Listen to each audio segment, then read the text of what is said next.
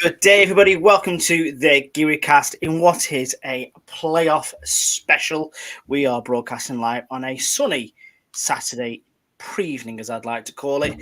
Dan in Vigo, Málaga are getting ready to take to the pitch, but over here in the UK, both me and Luke are ready to bring you a full match commentary and updates live straight from the Estadio del Barbados. Was that what we said? Barbados.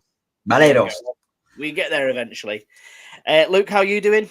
I am very well, mate. I don't know if I'm excited or nervous, but we need to come away from Barbados with something, I believe. How are you, Nick? I am very, very well. There is a plenty steady store of Victoria Malaga to my left. There is FEF TV in front of me, and I'm joined by your company as well, Luke, which is always very, very, very nice. Thank you very much, mate. So like I say, we're only minutes away from kickoff here. If you are joining us for this live stream, please do get sort of in touch and put some comments in the chat and, give us your thoughts on the starting 11, what score we're going to get, just what you think of the game in general. I'm going to put the team sheet up across the bottom of the screen for us now. So if you haven't seen it yet, Luke, we've pretty much gone as full strength as we can possibly get, can't we? Yeah, definitely. I'm very happy with the team. Like we say, it's not far off what we've kind of predicted on the podcast. I think today this game can be won and lost in the centre midfield. I think our centre midfield three have to have a very good game. If we control this ball, we can beat this Celta team all hands up. Yes, definitely. So just running you through that starting 11 for everybody, just so they're aware. It is, of course, Don Alfonso Herrero in goal, a back four of Carlos Puga, Nelson Monte, Juan de, and Victor Garcia. A double pivot of Genaro and Manu Molina with Dani Lorenzo just playing ahead of them. And then up top, we've got Roberto accompanied by David Ferrero and David Larrubia back into the starting lineup, Luke. Good to see him back. Yeah, I'm happy he's back. Like I say, I didn't really have any too big a concern with missing Castilla purely because it might have been a little resting job or something. But, I mean, I agree with what you said at the time, Nick. He played well the game before. Nothing works better than constant minutes, etc. But, yeah, again, Larrubia and Ferrero and Dani Lorenzo for a start, they've got to get close to Roberto when we are attacking tonight. We can't leave Roberto on his own against their back five, I think it is really. Yeah, it's a back five, but with very attacking wing back. So one of the chaps who has dropped back down from the Celta Vigo first team. So we know that Damian and Hugo Alvarez had both been sort of like in and around the first team. Hugo Alvarez is, a good goal scorer at this level. I think he scored 6 goals so far this season, but he's kind of playing left wing back for them today. Yeah. Really looking a bit like a 3-4-3 at times as well. So hopefully, like you say, Ferrero and Larrubia can get some success in behind them as well. But a great turnout I'm seeing in front of me as well. More than I expected, if I'm being perfectly honest. Fantastic. That's what we need, mate. Just elaborating on what you've just said there, Nick, with the two boys who's recently dropped down from Celta. We mentioned the other night there's 4 players who's played for Celta Vigo first team. This is all 4 of them start tonight. We've got Yolado. Sorry, look, are you seeing the same formation that FEF TV are putting up? No, I didn't see it. What have they got? So they've gone with the back 4, and then they've gone Genaro, and then in a straight line, Manu Molina, and then in a further straight line, Dani Lorenzo, and then up top, Roberto, just like in a straight line like that. And then Ferrero and Larrubia out on the wings. It's a bold strategy if that's what Payet is going for, considering that we've just people have told Sergio he's got to go for it a bit more, and if he's thought fuck it in these playoffs, we're having it. One thing we did miss the other night, which I totally forgot to mention, Koke, the Celta Vigo goalkeeper, actually dislocated his shoulder in the last game of the season, so this isn't their first choice goalkeeper. Ah, right. I see. I just thought they were really happy about Coke. And I'll let you come up to your own conclusions about which version that we're talking about, if I'm being perfectly honest with you. But yeah, well, no, that's a bit of good news then. So it's Rulli that's in goal for them today. B Soccer has them with a very unusual formation of 3-6-1. Again, I just don't know if Spanish football is going a bit mental today. I'm not too sure, but I think we're gonna know after the first 10 minutes or something. These guys are flying in with the comments, and it's great to see. Ram, Vamos, Michael Phillips, hi lads, I'm nervous. Vamos Malaga. I think we've all got a little bit. Frederick, hola lads. This is torment. Playoff is not good for the heart. Frederick, you know what to do. Get some of these in your system. You'll be all right. Morning, excited for sure, and having followed the basket on the side too. Matty Butler, evening to you, mate. I would take a draw. Would you take a draw, Nick? I would. Well, over a two-legged thing, I'd take a draw here and then take them back to La Rosaleda if we can. And obviously, the big thing for Malaga here is that if it's still 0-0 after 90, 180, 210 minutes of football, we go through. Happy days. Happy days. El Melon, hoping for some better luck for Malaga than Leeds in the playoffs. Well, obviously, I'm from Doncaster. They had a horrible run in the playoffs. That's Leeds. Have I got anybody who's had a good reason? Keith Bell. If Keith Bell's listening, Keith's had a very successful playoffs. But basically, evening to everybody. Get your comments in, get your score predictions in, and let's all have a good time and talking about Malaga. Vamos. Vamos, indeed. We are underway here at Baileiros. Baileiros. I keep forgetting what it's all about. I knew I shouldn't be drinking in the afternoon. I know we've been saying, Nick, regarding B teams, we're not fans of it all, but I mean, you've got a fantastic stadium here, and it looks, 2/3 empty? Oh, here we go. It is. We can see it live for ourselves now. Mr. Matt Harrison is joining us with a bit of atmosphere. The ground already. Lots of Malaguistas, lots of fun.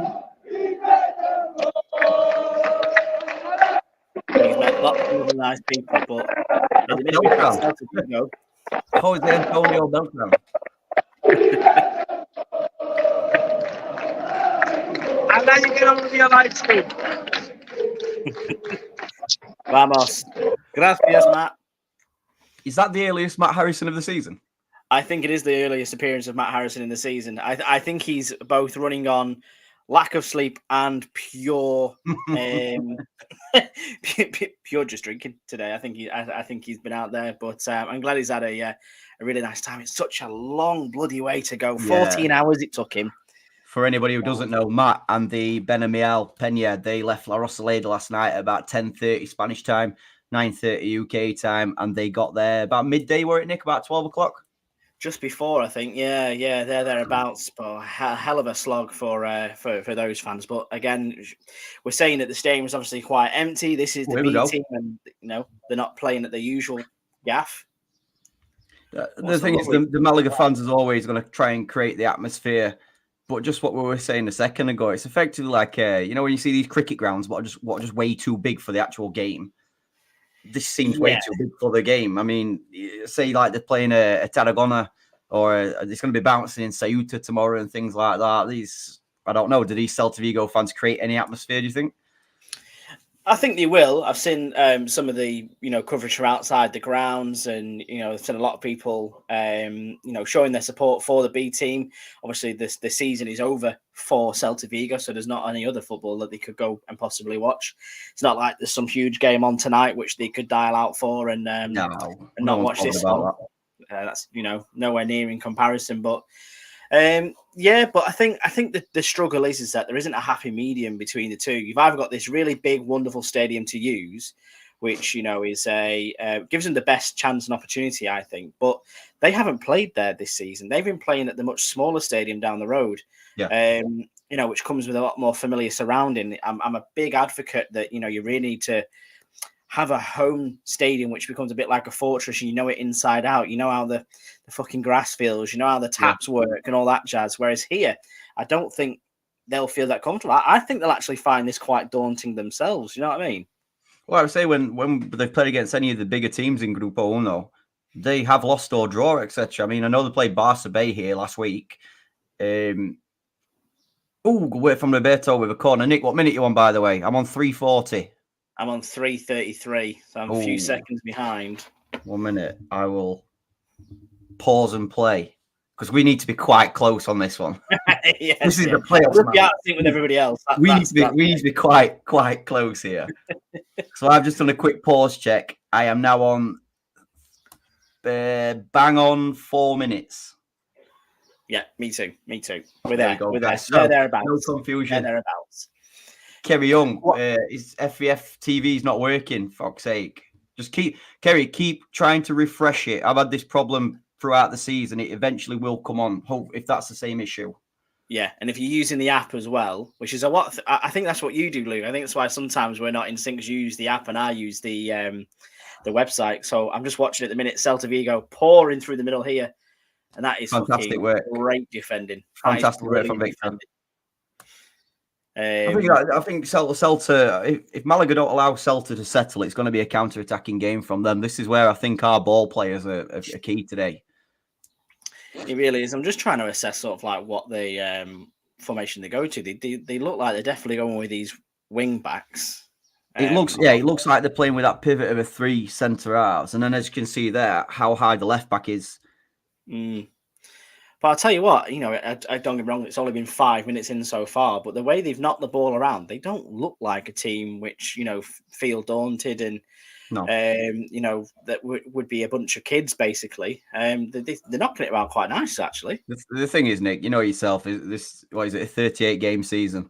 They haven't just got here on chance. They're a good team. I know we say what we do about B teams, but they're here on merit. They're here for a reason. And like we said, there's 4 players who's got that first-team experience, which is probably going to be key for him. I mean, you look at our team, how many players have played in La Liga in our team? Have we any? Oh, I think no. I was going to say maybe David Ferrero with I think it was Huesca a few years ago, but I can't be 100% sure on that. No, I mean it'd be interesting to see how many games these 4 did play for Vigo first team, if any, I guess. Potentially, I think they played a handful, but enough to be under the threshold. But at the minute, they're just knocking the ball around. Very patient play and. Malaga are doing a fair bit of chasing, to be honest with you. The boy in the first 6 danger man at the minute. This is this Alvarez who back. The captain for me, Raul Blanco. He looks like he's very tricky on the ball. But again, we mentioned even out of the pod, Nick. These kind of players, why aren't they in the first team for Vigo? Vigo have been shy. I think sometimes it comes down to. The manager as well, and as much as they are, pretty shit in the La Liga this season, they've got that, as you were saying before, advocating for the experience and the know-how of the leagues, where these lads will be really, really raw, which makes them fun and exciting at times. Yeah, to be honest with you, and that is something that comes with these. They play with no fear because they don't have to fear about anything. They're not going to get sacked if they don't win today. No, exactly. I mean? Let's call a spade a spade. Probably what's going to happen next year, depending on who goes up through the playoffs from Segunda, or who goes up automatically through Segunda today.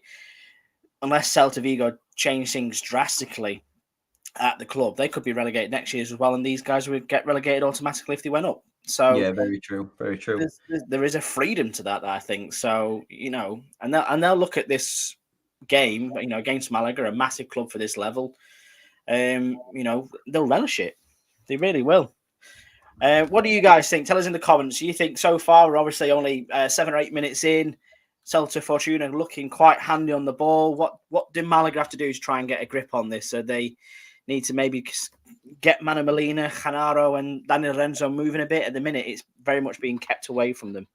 Just noticing in the comments there as well, Nick, that it looks like a few guys are struggling over in Spain with the Canal Sur or the VPNs. They're all just... Hopefully gets sorted for you all. Let us know. Kerry, hopefully the FEFTV refreshing thing worked for you. Let us know again. We'll do our best to try and help you. As it's currently showing you the Malaguistas with the security in there. So I hope that everybody's okay, basically. Yeah. First one to spot Matt Harrison wins. I'm going for a 23rd minute Matt Harrison, I think. Oh, I thought you were going for a 23rd minute goal there, which I probably wouldn't have disagreed with, being perfectly honest. That seems to be a sweet spot at times, doesn't it, in this league? But yeah, something as well, Nick, what I'm noticing on the screen. I mean, I know it sounds very daft because it's professional football, but the pitch seems massive. Pitches are all going to be very, very similar sizes, don't get me wrong, but this particular there seems a hell of a lot of space. Yeah, definitely. Obviously, it's an unusual stadium where Celta Vigo play because, it's kind of been built around the pitch over time, and it's added on, and it's still being done like that way now. They've got it, obviously, the newsstand at the far end, but they've also got this giant curve at the other end, which is where I think some of the Malaga fans are sat. So in theory, you're a good, 15, 20 feet away from the pitch before you can even see anything. So, well, I think did you see the picture what Matt posted from his recent, or not recent, his past visit to Balados? Past, yes, where you're looking and thinking you fucking need binoculars to see onto that pitch. Never mind creating atmosphere. Absolutely. Malaga just seemingly be able to get their foot on the ball at the minute. Everything seems to be going Celta Fortuna's way. And every time Malaga do get the ball, it's recovered very, very quickly. Like, this is making me a bit nervous, if I'm being perfectly honest with you. They are a very confident-looking team, these guys. Like we were saying, they're young and they're fiery and they're confident. Like we said as well the other day, we were asking each other, will the pressure get to them? These will not feel pressure. There is zero pressure on these guys. These want to play for Celta Vigo, not Celta Fortuna.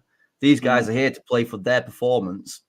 You look better when you're winning, obviously, but these guys will be very much individual players. Top goal scorers against both grupos as well this season, 66 or 67 goals for them. So they're not shy, though. But we've also got the best goalkeeper in the divisions as well. So, this is a fun game for them. There's a prime example there, Nick, of what we... Prime example there of what we spoke about on the podcast. Celta Fortuna had two players out wide, the left winger and the left back. We had nobody within 15 yards of him, and we said they're going to attack on the wings. If we can pick this out, then surely Sergio and the coaching staff know all about this. We should not be getting caught 2-on-1 out there.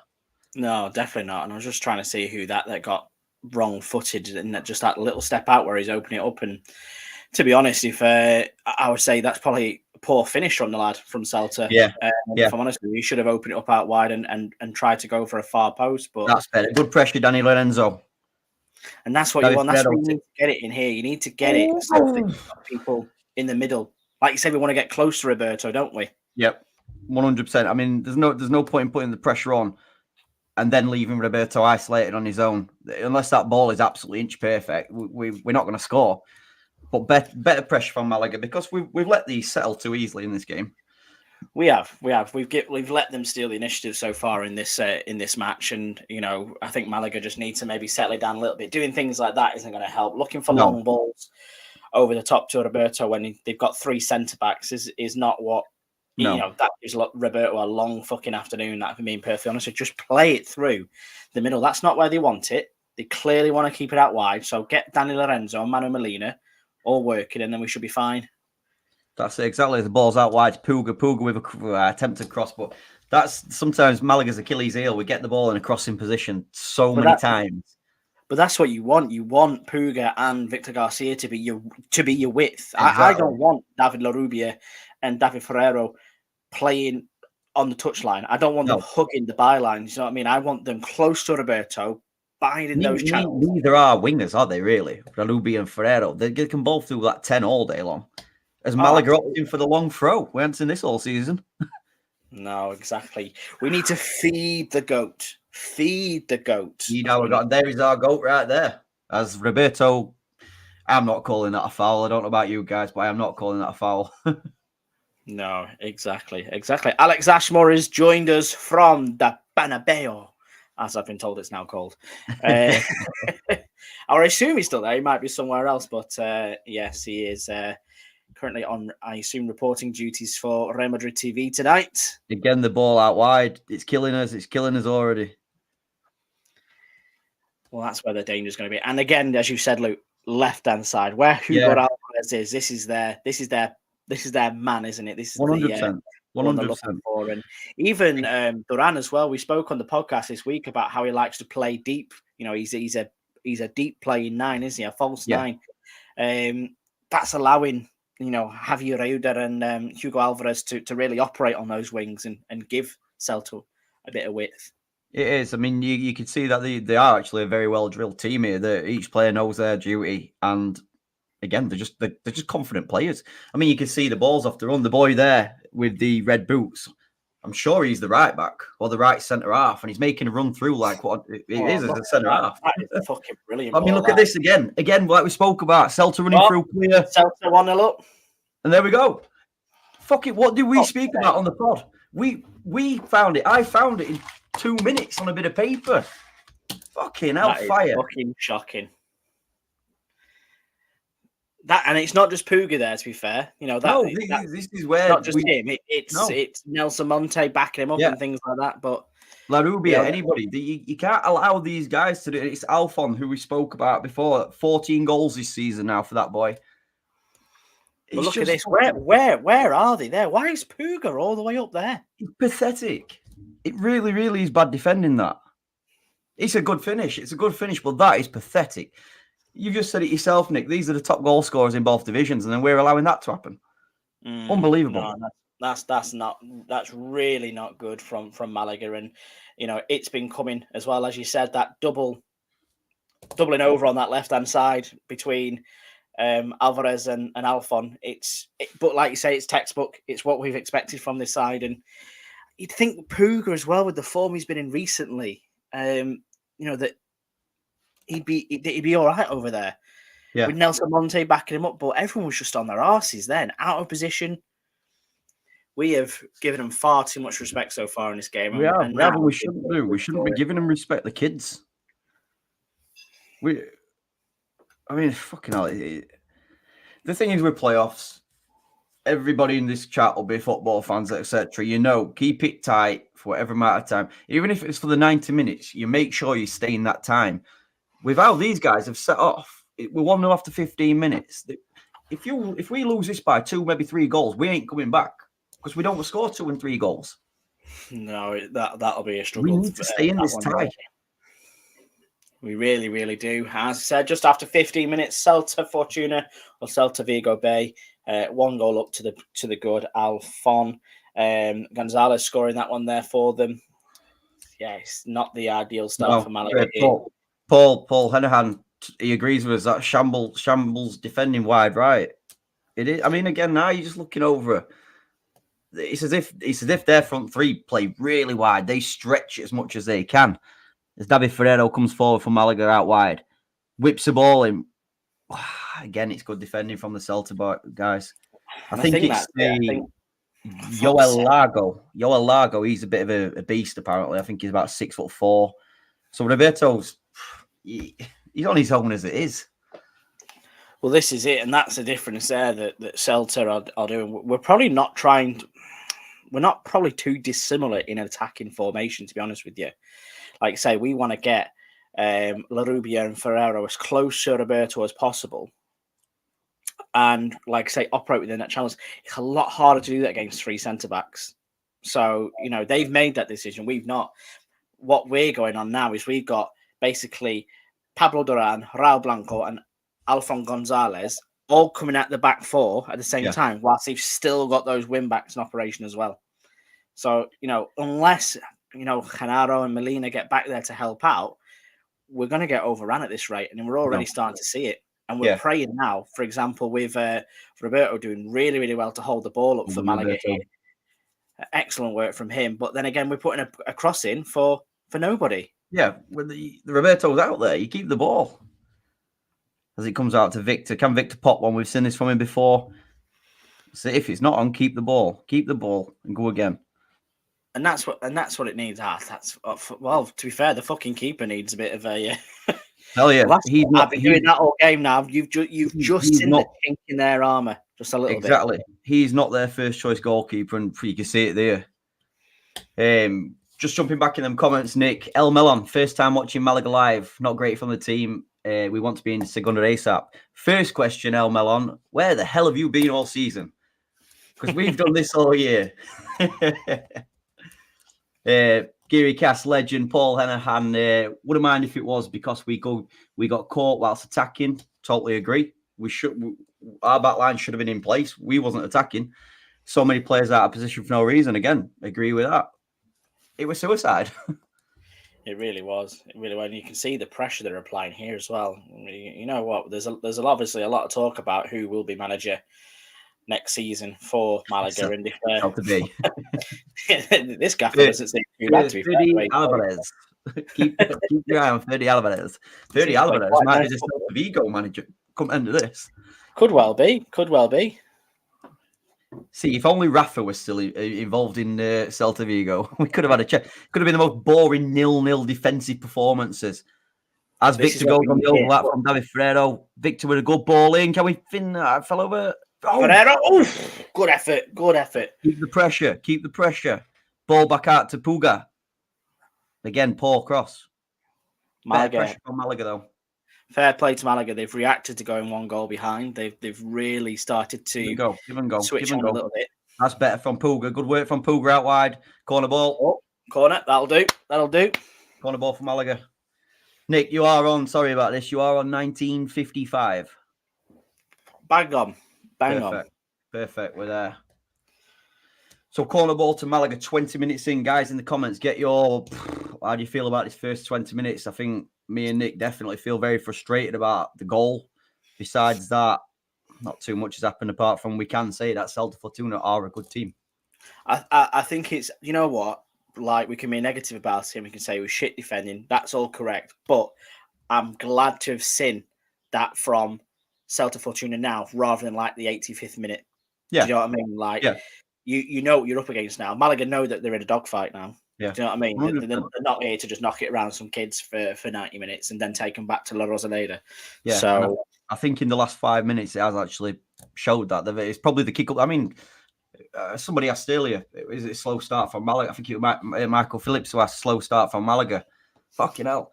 It is so much. And we don't concede many early goals when you think about it. So this may be the kick up the arse what they actually need. No, that's absolutely right. We don't usually concede early goals. And, we defensively, especially the last couple of weeks, we've been sound. And it's very unusual that it's gone that way. And he's just sitting in the crowd then. A Malaga fan sat next to a kid wearing a Borussia Dortmund shirt. Yep. How people forget things. Yeah, that's quite disgusting, isn't it, really? It is. How dare he? Ferrero, who's certainly coming to the game a lot more in the last 5 minutes, as you say, Luke. He's finding ways through. Molina just needs to find that quite right. Quiet, hasn't he? Been quite. He seems very deep today. Yeah. That's a shocking touch by La Rubia. The Celta again on the counter. Yeah, that's not what helps though. When you're trying to, I get what he's trying to do, but you can't give them that kind of. They'll be on you. If you're going to try and take a touch away from your man, they're going to be on you. And the thing is, he's not had a very good season at all, but David Larrubia has got to be in the top 5 players at Malaga who you'd think give him the ball will stick to his feet. He may not do much with it, but the guy should not be giving the ball away. He's one of our creative players, but sometimes he just seems to get pushed off the ball a bit too easy for me. He seems very lightweight. He is very, very lightweight for me. And I think that will be the one thing that will always haunt him a little bit. I think, if he was to go up to Segunda and, Segunda, he's not a pretty football league, if I'm being perfectly honest with you. You've got, very turgid sides up there. And I think he might be a bit too slight for that level. Yeah. But this should be his bread and butter. Like I say, he came on loan to Merida last season, and he had a great time alongside Danny Lorenzo as well. He did. We'll speak about our current squad rather than saying if we go up. I was going to ask a question then, but we can't do that because currently we're not going up. So there's no point in wondering who's going to be good enough at Segunda level out like that. We need to get through these ties first. No, absolutely. And you won't be dealing with the same squad either which way next season. No, you know yourself how Spanish football works. There'll be 15 of these going out and 15 coming in. It's just what happens at every team, basically, isn't it? Yeah. And then we got to do a podcast pretending we know who the fuck they are. But, the illusion. There is not one Spanish professional player who has any friends because they don't know each other long enough to have friends. As again, Malaga caught out on that right-hand side. Here they go again. It's... This is Alfon all over again. I don't know if he's called back offside. No, he hasn't. They just seem to be keeping the ball. I think this is what's looking good about this Celta team as well. If it's not working going forward, they'll try and keep the ball. Better work in that midfield from Malaga though as Daniel Lorenzo wins the ball back this time. But that's what you need to do to him. That you just saw there with Daniel Lorenzo. He didn't take the shit from them. This lot, from what I've seen, very good football inside, but cocky fuckers. They epitomise every single fucking 21-year-old I know at the minute. Exactly. And that's not a broad stroke, if I'm being perfectly honest with you, but I'm a grumpy old man nowadays. Exactly. It's like, let's play this way, let's do that way. I can do this trick and all that jazz. When we as juniors, my junior team were a very good team. We rarely lost, and we ended up going to men's football at 16 years old, playing in some of the dogged areas of the Doncaster Senior League, etc. And we were running rings around them. So when I was 19, I broke my leg in 2 places. There were reasons for that, because I was quick and I was cocky, and somebody didn't like it, so I got booted. Came back from that when I was 23. I snapped my ACL because I got kicked, because I was quick and cocky. Mm-hmm. I'm not saying that somebody's going to end up with a double leg breaker or snapped ACL in this, but you've just said it yourself, Nick. At all levels of football, you shouldn't let a young kid boss the game around you. No, absolutely. Don't give them time to get into the game. And they're really doing that here at the minute as well. It's actually really quite nice to watch, if I'm being honest. But if you're a good watching this. But David Ferreira just done the exact same thing as well. You've got advantage from here, but he's just fucking, go on, be a little break, and I'll fucking leave one in on you. Keep it. El Melon, I found the pod a few weeks ago before the second Ibiza game of the season. Doesn't help when my other half family live in Aljorin El Grande either. Oh, well. Pleasure to have you on board, mate. Pleasure to have you on board. Ram, back to the constant crossing, going to no one again. Totally agree, mate. We're getting that position so many times. And then Frederick, just saying what you said, Nick. There's always a young guy in a Dortmund shirt or at Lillestrøm home game, same kit colour, and every time I see him, I want to yell, "Go to hell, Puta Dortmund!" Brilliant, brilliant, Frederick. Has the Norwegian league started, Frederick, for Lillestrøm? How's it going for them guys? You expect a heartbreaking playoff run like we are currently experiencing ourselves? No, they do. So many. Do you take 1-0, Nick? I know it's not ideal in the slightest, but do you come away with this in the tie? Yeah. Do you know what? If it stays this way, technically you would take it.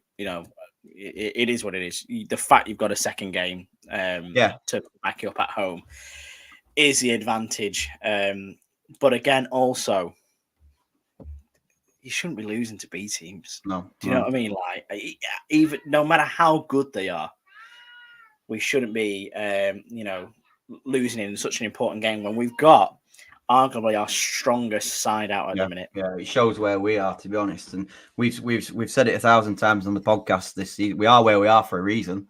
A lot's gone wrong and so on, but we're fucking Malaga.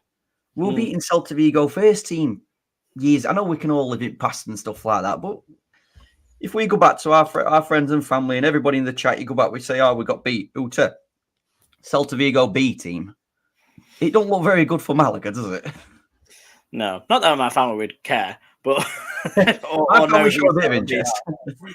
But I get you. I take your point, but it's not a good look, is it? And the pressure as well for that home leg immediately does go on to Malaga, because for a fact that people will be like, "For fuck's sake, you've done this," and it won't be the game that we want. Do you know what I mean? It'll be a slog.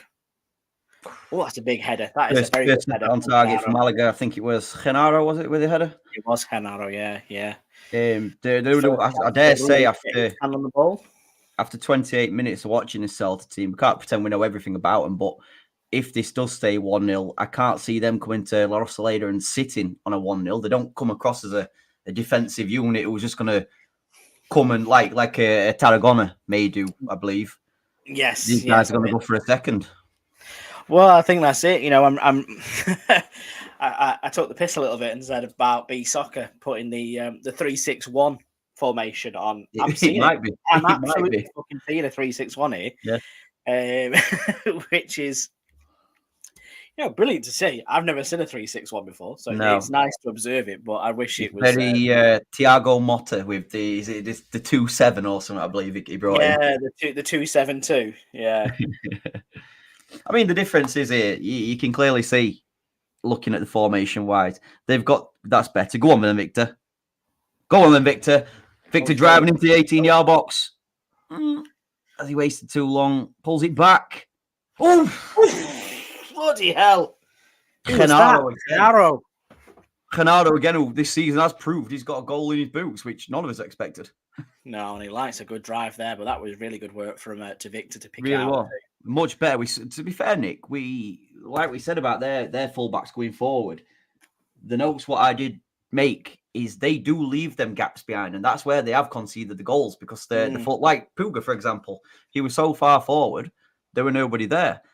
But the thing what you can see with these guys when they have got the ball is they've got the boy Duran straight through the centre, and then the two wingers play close to him. You can see with us, you've got Roberto, then nobody within 30 yards either side of him. And that's where we probably don't keep the ball as much up there. No, definitely not. And I think, for me at the minute, Ferrero's doing the trick. He's the one. It's all going through Ferrero at the moment and Victor. And we seem to be getting a lot more success down our left-hand side than we do their right. And again, compared to what we saw of Larrubia against Antiquera, he's quiet in this match for me. He's really quiet. But then what's the other option? Do you bring on Kevin, who will play with width, or maybe play too wide? Do you bring on Dione, who plays as a bit of a second striker? But it's an interesting one. Puga. He needs a good ball. And they get back in numbers, Celta Vigo, as well, don't they? Yeah. Look at that the corner there. They've got 1, 2, 3, 4, 5, 6, 7 back. They're a well-drilled team. But yeah, I mean, obviously we can't be thinking changes after 30 minutes and so on. But David Arubia really needs to get into this game, and I dare say, like you've just said, I think it will be Kevin if that is the move eventually. Kevin's hot and cold. When he's hot, he's very good. When he's cold, he's utterly shite. But he can work. There's only really one way to combat a three at the back that way, and it is trying to stretch those three. So if you're David Larrubia, I'm not saying he needs to go wide because I'd rather him play closer to Roberto than away from him. But just sit on Manu Fernandez, for example. Just sit on him. Just give him a yard and just sit on him, and then try and pull him out. Give Roberto more space that then maybe David Ferreira can come for you. It doesn't have to be a bank with three all the time. No, it can be very, very fluid. You can stretch it one way, you can stretch it another. And the only way that you're going to find gaps between three centre-backs is by making them stand apart. And that's where their discipline's got to come into it. And dare I say, they've got it, but they're still naive enough and young enough to forget it. Do you get what I'm saying? Great ball. Great ball. That is perfect. Is it the post? Oh, he's hit the post! Why the fuck is he Victor? Victor puts it back in. Roberto, is he onside? Fucking hell, that is onside. He just glanced it over the top, but come on. Why is I get it. Fair play. I don't know why. I don't know. It there though. He's onside. To me, he should be. Let's see if he's got to be pulling that across. Roberto, look where he is. Has he got to be pulling that across? He is. Oh, it's Larrubia, not Puga. Sorry, but that absolutely is a big chance for Roberto there. Like, don't get me wrong. We've just asked Larrubia to do more, but that angle is tight. He's got two people on it, and he's got Roberto at the back post waiting. The thing is, Nick, in them situations, I don't know, the keeper might have been making it clear that he were reading the Roberto pass or something, and Ranubia's just had a square moment, but I think he's got a pass there. Well, I agree with Paul in the comments. You've got to square it there, surely. You know, it's your biggest opportunity. The angle is far too narrow for Larrubia there. And don't get me wrong, he's done well to wrap it against a post, but he's only 2 inches the other side, and the goalkeeper's there being really big. And Ruli's not a small keeper either. So, and dare I say, I think chances like that, we can't afford to miss them, if I'm being perfectly honest with you. Still just after half an hour here in Vigo, Celta Bay 1, Málaga 0. Fortunately, it's still the first leg, so plenty of football still to be played, but Málaga really back into it at the minute. They've had definitely the lion's share of possession recently. And a Victoria break, why not? I think Danny Learnsol's done some good work in this game with the ball so far. He seems like the one who's just actually got booked. so I dare say he'll be the one coming off shortly. Unfortunately, he's not one of them who is on the 4 yellow cards. That is Victor Garcia and Einar, but obviously Einar not involved today. Yeah. But Victor Garcia is. So he just maybe needs to keep himself careful. What do you think of blonde Danny Lorenzo as well, by the way? Yeah, I mean, I've recently retired my highlights, but if you're living Have out you? if you're living out in the Costa del Sol for 365 days, then anything works.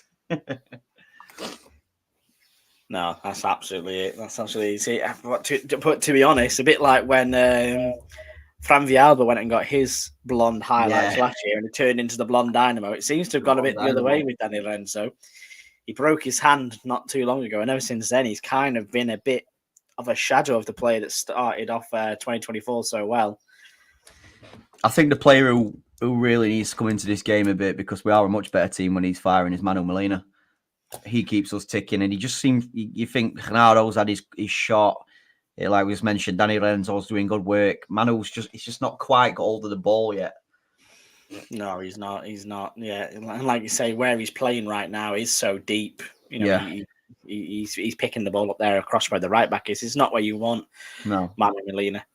It's probably only in a game like this, Nick, where you do actually realise quite a lot about your team. I mean, mentioned overnight, we haven't really got any pace.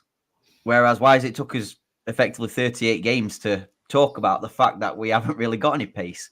But also, like in the engine room there, Ronaldo will fight for the ball, etc. But you wouldn't say he's got a big energy, a big tank. Manu Molina's not that player.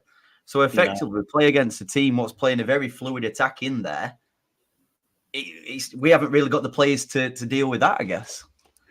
No, absolutely not. As Manu Fernandez gets a booking, he goes into the ref's pocket for a foul on Roberto there. Maybe he gives giving a little bit back, but again, young man. One booking each. Going against 10 minutes to go before half time. Malaga still 1 goal down as Puga does well to pick the ball up here. I don't really know what the Hugo Alvarez. No, I don't think defensively these seem that good. Not in those wide areas. Yeah. Not a bit. Victor does really well to keep the ball in for Malaga over on the switch. And Ferrero again dropping deep. He's having to come in a lot, further down the pitch to pick this ball up, isn't he? For me, Ferrero in that position, he doesn't need to be there. That's your Manu who picks that ball up and then starts an attack, etc. Back out to David Ferrero, who again very, very deep. But I suppose if you've got Victor Garcia, who does like the overlap, it's not the worst thing, I guess, is it? We know how good Victor's delivery is on it when it's on. As Puga out wide again. Seems like Malaga are trying to match Celta Fortuna with the wing-back options. Keeper again. This keeper, I don't know about this keeper, Big hands there to just punch it out, but, he's got every chance of missing it as well, hasn't he, there? But yeah, I think Malaga just need to keep the pressure on. Yeah. And like you say, they look disciplined. They've got, 2 banks of players back. And they're quite happy to sit back out of possession as well. Guys in the comments, with 37 minutes in, what are we happy with this at all? Do we need would you like to see any changes on its way? Where do you think that we can attack? Where are we going to get the beating of this Celta team to grab that equaliser? I think it's clear to see that from out wide is where our dangerous work is. We just need to flood the box a little bit more.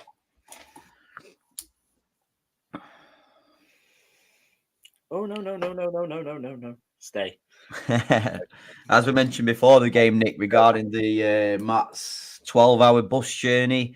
Yes, when you're on your way there, you're buzzing, you go into a playoff semi-final, you're excited. If you come away from Celta and the tie's effectively over, it ain't going to be a very nice 12-hour bus journey home. It's a long way to go on the back of a loss, but like you say, you have that optimism of the second leg still to go. And from what I'm seeing so far, Luke, to be fair, I think there's enough of that Malaga showing now to get one back. It's just that the one error or lacks in concentration, whatever it was. But besides that, they look a good team, but they've not had any shots particularly. I dare say Malaga's had the better chances, the La Rubia one especially, and then even Roberto's follow-up header. No, absolutely. Here comes Puga again, playing like a prime Ronaldo out there, just running out. He loves that scissor. Jake asks, what's the score? It's currently 1-0 to Celta Fortuna against Malaga, Jake. Hopefully the score is just going across the bottom of your screen after the players as well. But yes, they are currently trailing by 1-0 in Vigo. But plenty of chances for Malaga to pull that back so far. But here they go again. They're undone. It's Raul Blanco. He's cutting onto his left foot. He's bending it round. Oh, what a fucking shot. Raul Blanco cuts inside. I mean, he looks a special player. Cuts inside on his left foot about 25, 30 yards out. Whips the ball. Beats Don Alfonso. All hands up. Fortunately for us, it just smashes the bar and goes over. That would have been... What a goal that would have been. But again, it's just we're so wide open defensively. We are so wide open. They do look good at times, this lot as well. So Jake either loves goals or he's had a little cheeky bet. He said he needs both teams to score. And so far, mate, they've scored and Malaga's definitely had chances. But yeah, we need that goal. We really need that goal. I think the thing is with playoffs as well, Nick, you can't panic. It's not like if we push too much for the equaliser early on and then get caught again, like I said, 2-0 down, etc. It's hard to come back from. Yeah, Steve Jackson says in the comments, think we've done well since they've scored. Yeah. And if it finishes 1-0, he still fancies us at La Rosaleda to get the result. And that's the big thing, to get the result that way. It's not no away goals rules or penalties or anything like that, It only has to finish 1-0 in the reverse victory if it ends like this, and Malaga do progress. So, yeah, plenty to still be optimistic about. But you'd like to come away from here with a win. Oh, definitely. Keep the. I mean, we've seen on socials, and obviously, like ourselves, Gary Cass had a fantastic week on socials. But the Malaga fans they're basically in party mode. It's playoff fever. The best way to keep that playoff fever going is to come away from this believing that we can win rather than thinking, well, can we turn it around? If we come away with a 1-1 result here, we're through, if you know what I mean. If nothing happens in that away leg, we are through. Absolutely. Not that I'd like to do it that way. No, exactly. I don't think the heart can take that. No, definitely not. And obviously no other playoff games taking place at the moment, so it's not as if we can say well, it's a bit of inspiration. Ceuta or Gymnastic to Tarragona are 1-0 to the good. That's all happening tomorrow, and then next week it'll be 2 games on the same day on Saturday, which I think are both sides of the same group, and then on the Sunday as well. So by the end of the weekend, Malaga will know if they get through who they'll be playing against, or they'll know if they're out. Again, Celta Fortuna running through. Jesus Christ, keep the ball. They like to take the chances, don't they? They're really starting to come forward again now. For anybody who does have a bit of spare time on a Sunday evening and hasn't got anything to do, tomorrow night it is the Ceuta Gymnastic game at 8:15 UK time. It'll be obviously that if we can go through, if we can turn this game around, then it is Ceuta or Gymnastic Tarragona who we will be playing. We do the live stream. Okay. Covering all the playoffs. Fuck the wedding rings. Yeah. Lord, I'm going upstairs. What for? Ceuta's Gymnastic Tarragona. Commitment, that is. Still offside. Still might see you in Malaga next weekend, Luke, yeah? I can't. Mate, Laura's... This is, again, us jumping ahead of things. We've got flights, hotel, everything sorted for the final, whether it's on 15th or week. Exactly. Yeah, exactly. And Don't say shit like that. Don't say that. When Donny were 2-0 up against Crewe, we'd sorted how we were getting to Wembley and everything, and fucking that went balls up. Yeah, exactly. Look, you're a fucking kiss of death. Stop it. Stop your plans right now. That's why I've not done the final. I'm saying I'll go to the semi-final. I'll do me. Yeah. That's fine. Just do it that way. Michael Jackson. Michael Jackson. Michael Phillips. Sorry. We must not let another in 1-0. Okay, 2-0 up. Yeah, massive struggle. It really will. Ram, can we stop giving the ball away in our own half? Yeah, it's like fucking Juan Day. How many times does Juan Day get the ball away tonight? Oh, I think the Celta B manager is being told that he needs to to get back a bit. He's already been had He is, one. and I think he's going into the. Well, I thought he went into the book. No, I thought he was going to the book again. I think he's just been told to take a step back, and he's on a warning now. Manu Molina getting ready to whip this ball in from very deep, nearly on the halfway line, but he stood like an NFL kicker at the moment. Malaga's committed. Monte, Juande, Genaro, Roberto, the big boys are up. They've all had fresh fades as well for the playoffs. Yeah, beautiful fades. Yeah, all beautiful fades. It's a deep ball in that, but well dealt with by Celta Fortuna. Plenty of fucking seagulls knocking around, isn't it? It's like being in Blue. There is, yeah. Like I say, the old cricket pitch thing that we mentioned earlier. And Don Alfonso needs to marshal his men now. Yeah, I think it's quite a wise move. This just get hold of the ball. I mean, there's 20 seconds left, maybe a minute, maybe two. I don't know with the goal. Nothing stupid before half time. Just waiting for the ball to go up. It looks very, very warm in Vigo, by the way, with the amount of people who's got the shirts off. If you could, you would. If I could, I would. I mean, we say it's a nice day back home. It is. It's sunny and cloudy, but I dare say it's about 13 degrees here or something. Oh, it's a beautiful day on the Costa del File. We had 20 degrees before whilst I sat outside. So one last attack from Malaga. We don't know how much they've added on, but Rubio out wide, whips the ball in. Roberto. The keeper again, the keeper didn't really claim it. He's not looking convincing. Ram says it is plus 3 minutes still to go. Plus 3. And now the Celta Vigo player's rolling around on the floor with his hands in his eye. Yo Lago. Yeah. Is he injured or is he just having a tantrum? I think it's shit out of this. Yeah. He's like, oh, no. To be fair, I hope Roberto stuck one on him, but I don't think he will have done. Oh, my mum switched the Wi-Fi off. Oh, no. She's taking my Xbox off me. Oh, Mum. I mean, I can't see anything there. I don't know what the hell he's doing. He's got those. They teach that in schools in Spain, I think. He's got these socks pulled up to his arse, basically. Yeah, lovely little white socks underneath his socks. You know, a proper youth player. Look at the breathing. It's like he's fucking broke his trachea. What's he doing? Fucking Dione got up quicker than this when he broke his neck. Get up, you soft ass, honestly. Oh, miraculous recovery. Here he goes. Yeah. Oh, and he just pulled out his vape out of his sock. Yeah. Look Roberto might have stuck one on me. He might have stuck one on there a little bit, if I'm being honest with you boys. Roberto. You did see you wanted to see somebody kick the shit out of some Vigo kid.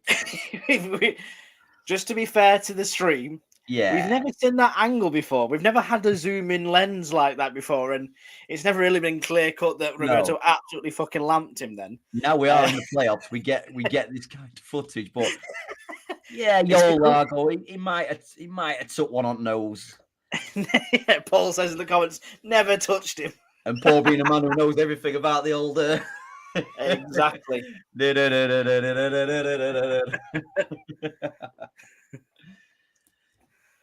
Maybe another minute added on here.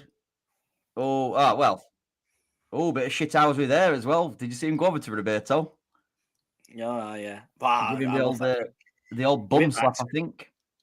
Oh, they're still having words. Keep an eye on that one, guys. There's only 30 seconds left of this half. Get in his head. Do it again. I think the ref's going to blow up on 48, I think, here. I think he's going to go for it. Oh, and again, he's in his head now. He is. I think Yo Lago's lost it. He's definitely lost it. Just as Victor Garcia's lost it here as well. Yeah. Victor Garcia's also lost it. It's getting a bit dirty in there now. It is, and I like to see this. Don't you fucking dare do that to Manu Molina. I've told you. I will put hands on you if you fucking hurt Manu Molina. He's an old man. Oh, he's holding the hand. Oh, yeah. It's not good. It's not good. It's not good. Again, though, it's risky. It's risky play from Victor Garcia. It's very risky. Yeah, you knew what he was doing, the Celta boy. You knew what he was doing there. Right, Genaro. I think we just need Genaro to do what Genaro does best. Yeah, but I mean, Genaro normally does it in the tunnel, doesn't he? Some little prick. Yeah. Back into fucking high school. Great strength by Roberto again. That's really good. Go on, Roberto. Look. Have a little look for it. Go. Hit it. Oh, my God. Corner. There, He's got to do better there. Ref.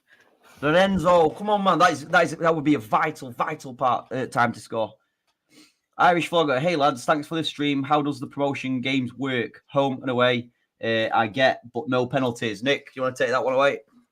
Yes. So for the promotion picture, basically, as it's just been blown for half time, I'll do the long version of this then. You have home and away in the legs. Whoever finishes higher in the league gets to play their home game second in both sides. So that's why at the minute, Celta, who finished fourth, are playing Málaga, who finished third. Basically, if we're still drawing at the end of 120 minutes after extra time, it is the highest placed team that goes through. So it's not going to pens, it's not goal difference, it's not head to head. It's just whoever finished higher in the league goes through automatically. So again, there is maybe a bit of a reason why we as Malaga fans want Ceuta to beat Gimnàstic de Tarragona. Gimnàstic finished second in Grupo Uno. Ceuta finished fifth in Grupo Dos. So if, again, just hypothetically speaking, if Malaga and Ceuta go through to that game, and again, it's still 0-0 after, or it's still drawing after 120 minutes or 10 minutes, then Malaga will go through. So that's the way it looks. Basically, whoever is higher up in the league or finishes higher in the league, they've got a slight advantage going into these games. So that's why this picture for me at the minute doesn't look too bad. Still very early on in the first leg. We've come back into it. We've still got La Rosaleda in the back of the fans there. It's going to be a packed stadium. We've also got this little ace card up our sleeves that if we can just limit Celta to a draw, then we can still progress through. So hopefully that answers your questions. Irish Vlogger, cheers for joining us as well. It's always nice to see everyone getting involved. And if you've got any thoughts on that first half, get them into the comments. What do you think Malaga need to do in this second half to really take the game to Celta Fortuna? Have you enjoyed the grit that Malaga have been showing in the sort of latter knock-ins of that half? Because for me, they start to throw the weight around a little bit, playing much better football and kind of putting Celta back in the place a little bit. But as the commentary coming from Twitter here says, Celta are pace merchants, and that's how we got punished in the first half, wasn't it, Luke? Yeah. Again, we haven't got that much pace. I dare say one of his most pacey players are as wing-backs, Victor and Puga, and if we're going for an attack, they're not back. I don't think Juan de Monte are quick enough. They're good defenders, but they're not quick enough. But I agree with you, Nick. We've had chances since going 1-0 down. On another day, I dare say that day's not been here all season. But at another time, Malaga could easily scored 3 goals this half. Do you know what? The thing not that it surprised me, because it was a very good goal, but we've seen Alfonso Herrero in that kind of position time and time again, and he usually makes himself quite big and quite imposing. Yeah. So it's a quality finish if he's not managed to get to it, especially from such a high angle. He's not bent it in from 30 yards. He's come quite close. He's narrow, and he's near post, and he's beaten the best goalkeeper in both divisions. So you kind of just got to respect that a little bit. Do you know what I mean? Yeah. So, I mean, the only thing what Malaga's done wrong there is giving the chance of the overlap and leaving a guy who scored fucking 14 goals this season just on his own, just chilling out, basically, which doesn't make any sense to me. But besides that, the way that Málaga have came back into the game, they've shown quite a lot of discipline going forward, I think. They haven't rushed things. They've waited and then created the attack. I just think defensively, we just need to shore up a little bit. We seem to be giving the ball away. And again, if we come away 2-0 down here, yes, La Rosaleda is a fortress and the 30,000 fans in there is going to be unbelievable. But do we score 2 goals very often? Not very often. Though the last 2 games we've scored more than 1 goal. So, we have got the opportunity. We are now joined by Mr. Matt Harrison once again, live from Vigo. Matt, what did you think of that first half? They literally just turned the music up, so I can't hear you. There we go. I actually thought we were all right. I think we had decent chances. But equally not great at the same time. I think that one where we hit the post, and then I think Roberto put a header he should have buried the header, and then at the end, someone else. They are. I think you guys said on the podcast they can catch us on the counter, and that's exactly what they did for their goal. It's an end-to-end game. I'll take a draw here. I'll take a draw here. Well, a lot of people saying the same thing, Matt, that a draw here wouldn't be the worst thing in the world. I imagine that you probably didn't see the goal that well from where you're sat. No, I didn't really see the goal. It's like he went through on goal. There's a lot of bodies in the way, and it was in the net. I didn't even see it going in the net. So, no. And how's the day been? I can't give you much more insight than that. No. You've been on a bus for 14 hours. You spent the day in Vigo. How has that been for you? Brilliant.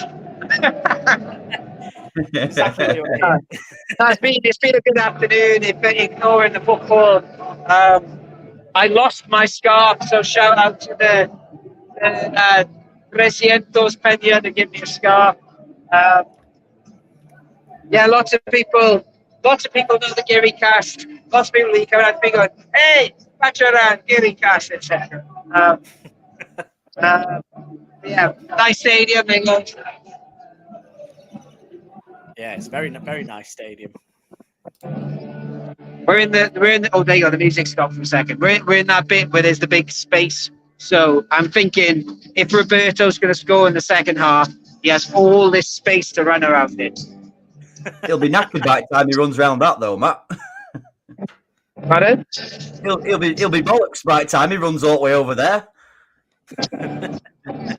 I'm smiling and laughing. I'm right under the speakers. I can't hear anything.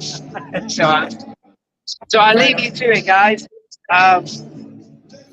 Thank you very much, Matt. I can't hear anything apart from this. Kid Rock. Is it Kid Rock? No. It's shit. A big, massive who there. Kid Rock being played in Vigo. You never would have thought. Never would have thought. Without sounding very disrespectful to the musical legend Stevie Wonder, Matt with the glasses there, I can't hear. I can't hear anybody. He just looked like he's either living off the vibes of a 12-hour journey or he's pissed. Oh, well, I think it'd probably be a mixture of both, if I'm being perfectly honest. And the better of it for him at the minute.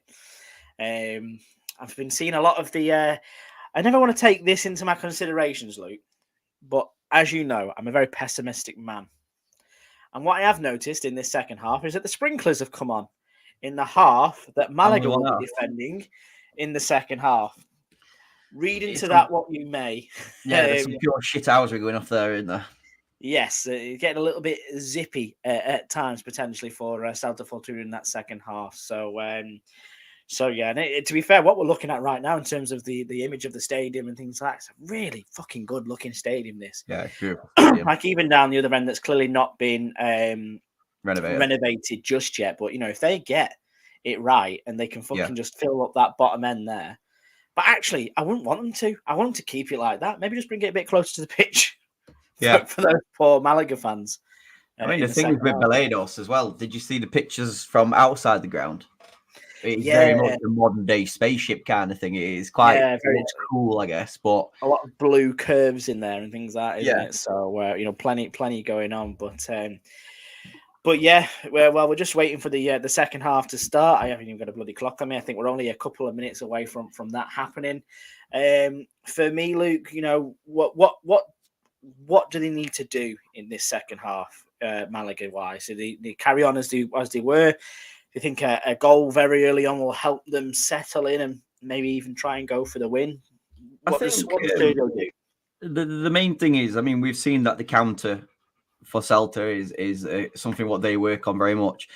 We just don't get caught. Whether that means Genaro dropping back into a back three when we're attacking, play them at their own game instead of leaving Juan de and Monte on their own. Just keep Genaro back there. You don't need 7 players in their box, etc. The main thing is we do not concede again, but we have been good enough to get this goal. For me, I mean, we look at his bench. obviously Carlos Lopez, but then Joaquim, Einar, Juanpe, Aviles, Kevin Medina, Dione, Danny Sanchez, Sangale, Morido, Antonito, and Isa Moreno. In truth, I'm only looking at Kevin, really, what I'd change from this. I don't think too many players have done too much wrong. I don't think David Larubia is doing as we'd expect from David Larubia this game. So maybe I don't know, 55, 60 minutes, Kevin Ford, David Larubia, just give him a bit more width. Yeah, as the message comes in from Twitter, they're getting the grass ready for Roberto to knee slide after scoring. I mean, yeah, that's going to be one hell of a knee slide. So I believe, Nick, is Matt and the Malaguistas in the little stand? Yeah, so they're in the far end, as you can see on the screen just in front of you, just underneath that big television above them. So they're all sat back there behind the goal. Again, a fair bit of distance away from the crowd. So yeah, not the best seats. I mean, I'm perfectly honest with you. Like, I'd be interested to see some of the photos that Matt does come home with later. Nick, they've just turned the sprinklers on in the other half now. So there we go. Apologies to Celta. Yeah. And Yoel Lago, I hope his nose is all right after Roberto thumped him. The poor bastard.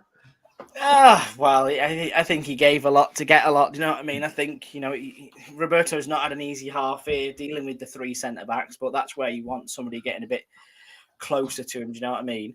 Yeah. So, it'll be interesting how they do come out in the second half now, and whether their manager tells them just to calm down a little bit, let Málaga be the aggressor in this second half, and let them pick up bookings maybe. Daniel Renzo here on a yellow card, Victor Garcia away, one yellow card away from a suspension as well. If Roberto's probably got his card marked, if the referee's watching anything back in that first half, I imagine anything that Roberto does now, he's going to be on a very fine line. So I think there's an element of control that Málaga needs to put into this game without being too aggressive, if that makes sense. So they don't need to go and break any legs, but I think they just need to stamp a bit of authority down and say, look, we're the senior team, we're the professionals, we are the seasoned pros. Watch us play our game.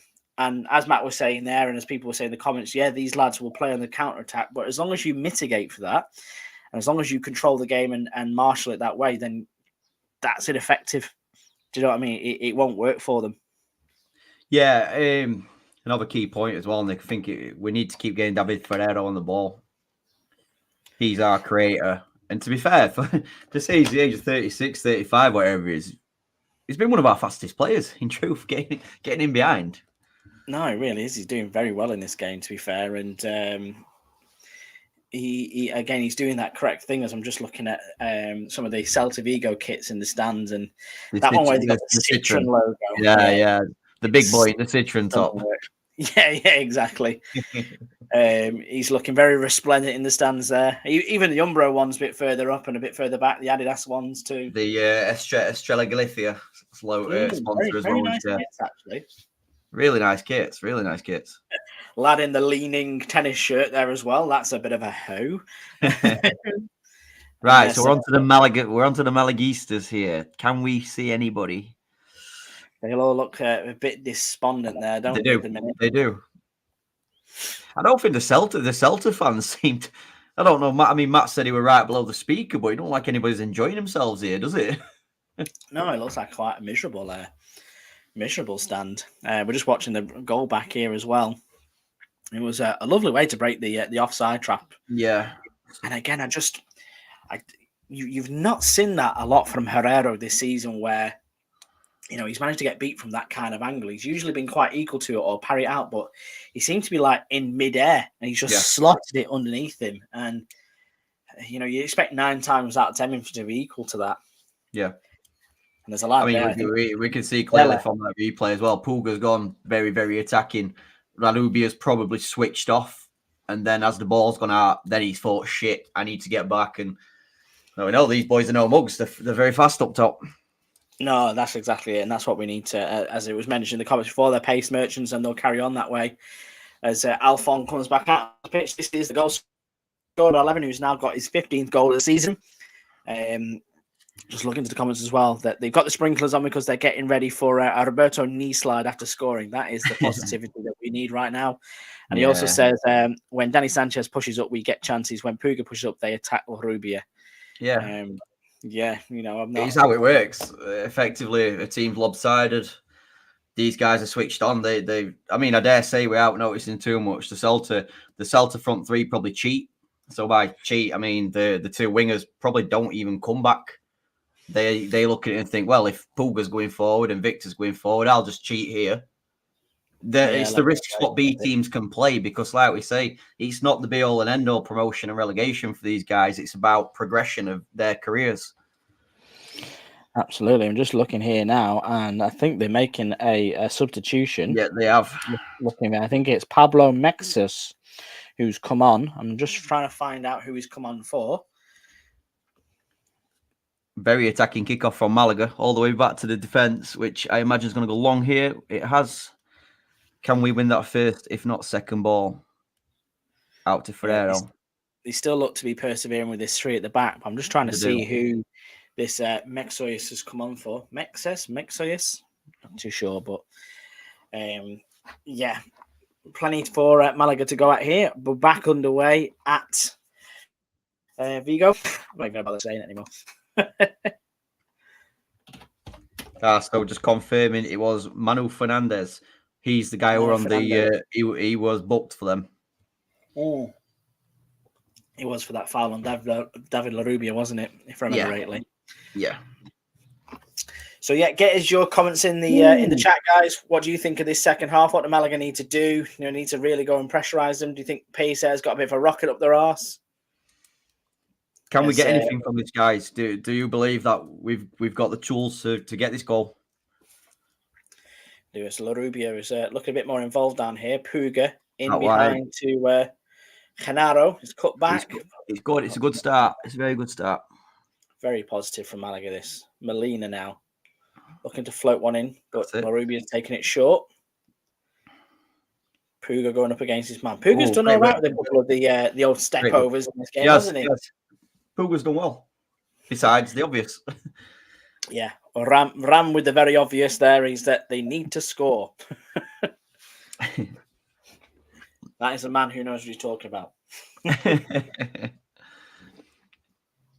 I think the most frustrating thing with the goal is even at your amateur levels, etc. If your mate's gone bombing forward, you've got to have half in your head. I'll hold effectively.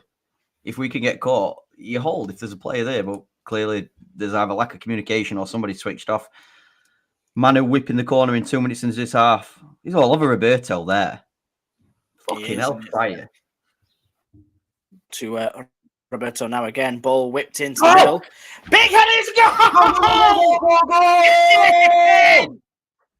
It's Genaro!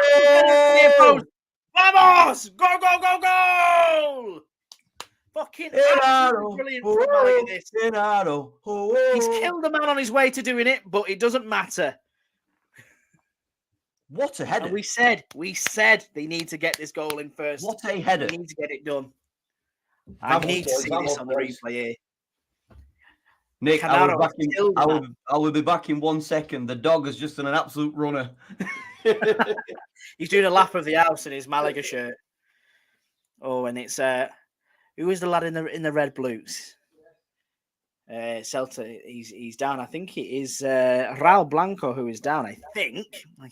I'm not 100% sure, but who gives a shit? He's clearly been assaulted in the line of duty. Oh, it's not Raul Blanco. I'm going to say it is Reuda, who's just got a bit of water on his face. Been told to get back up again.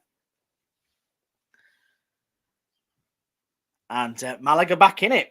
What do you think of that then, guys? Carraro at the near post. Molina with another ball back in after the corner was turned away. The foul is actually in sort of the build-up to that goal. They've got a man down to start with, and but Genaro is really taking advantage of that with a fucking brilliant header as well. Really tough. I'm just watching this on Roberto here.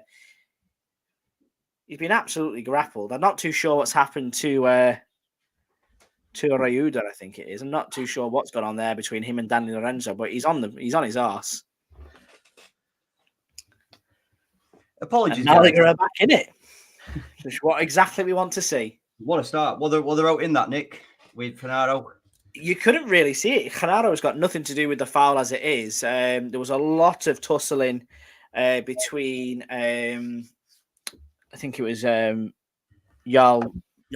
and Roberto in the build-up. But again, that was nothing to do with what we saw.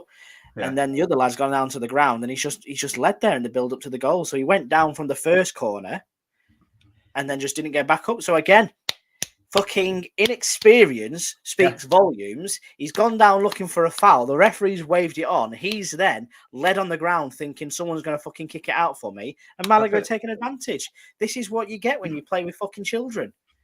It's ridiculous. Which you shouldn't do. Punished for it. Which you shouldn't play with children. Play football with children. Better.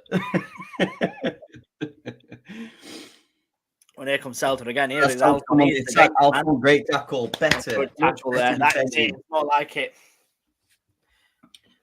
The thing is now, we can't just jump on his high horse or anything, but we've had the chances in this game as well. And with his start, it's showing get at these. They don't want it. Get in the faces. They don't want it. Malaga on the attack again.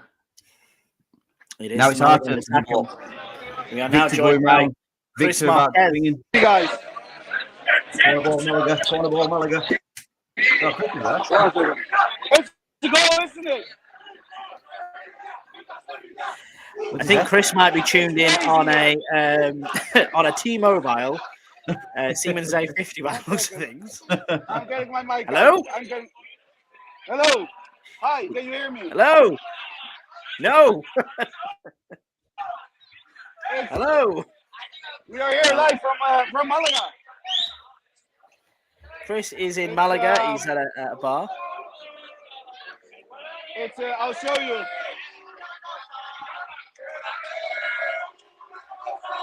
Yeah, seemingly a lot of people in Malaga seeing that.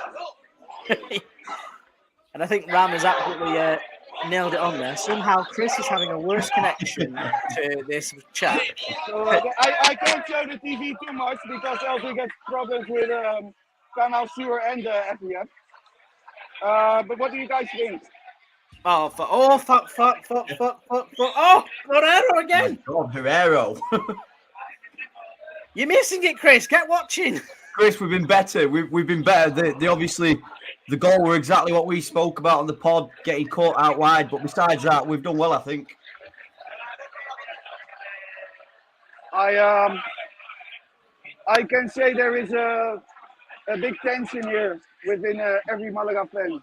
Everybody's nervous, but it all came out after the 1-1. The place exploded, and I don't think Malaga's playing that bad actually. We have created more chances than we do usually in our matches, but we're playing against a very strong Celta. Yeah, we are. Well, we'll leave you to it, Chris. If we score again, I'll come back. Have a great live show, everyone. And thank you very much, Chris. Live from Malaga. Because a bit of atmosphere straight from the province there. I think Ram actually Chris Marquez got a Guinness shirt on, by the way. I think he might have been, to be fair. Yeah, I thought he was wearing a Malaga shirt today. He said Malaga shirt to us before in the group chat, but yeah, somehow I assume recording it on a BT Cellnet brick from 2001. This is where Chris lives as well, the Pueblo. It's very high up in the mountains, so you'd think reading the antennas at the top of the mountain, he would get a great signal. I think he's in Malaga. I think he was saying it was in Malaga, which should have some really good signal. Oh, another little tricky shot from Genaro.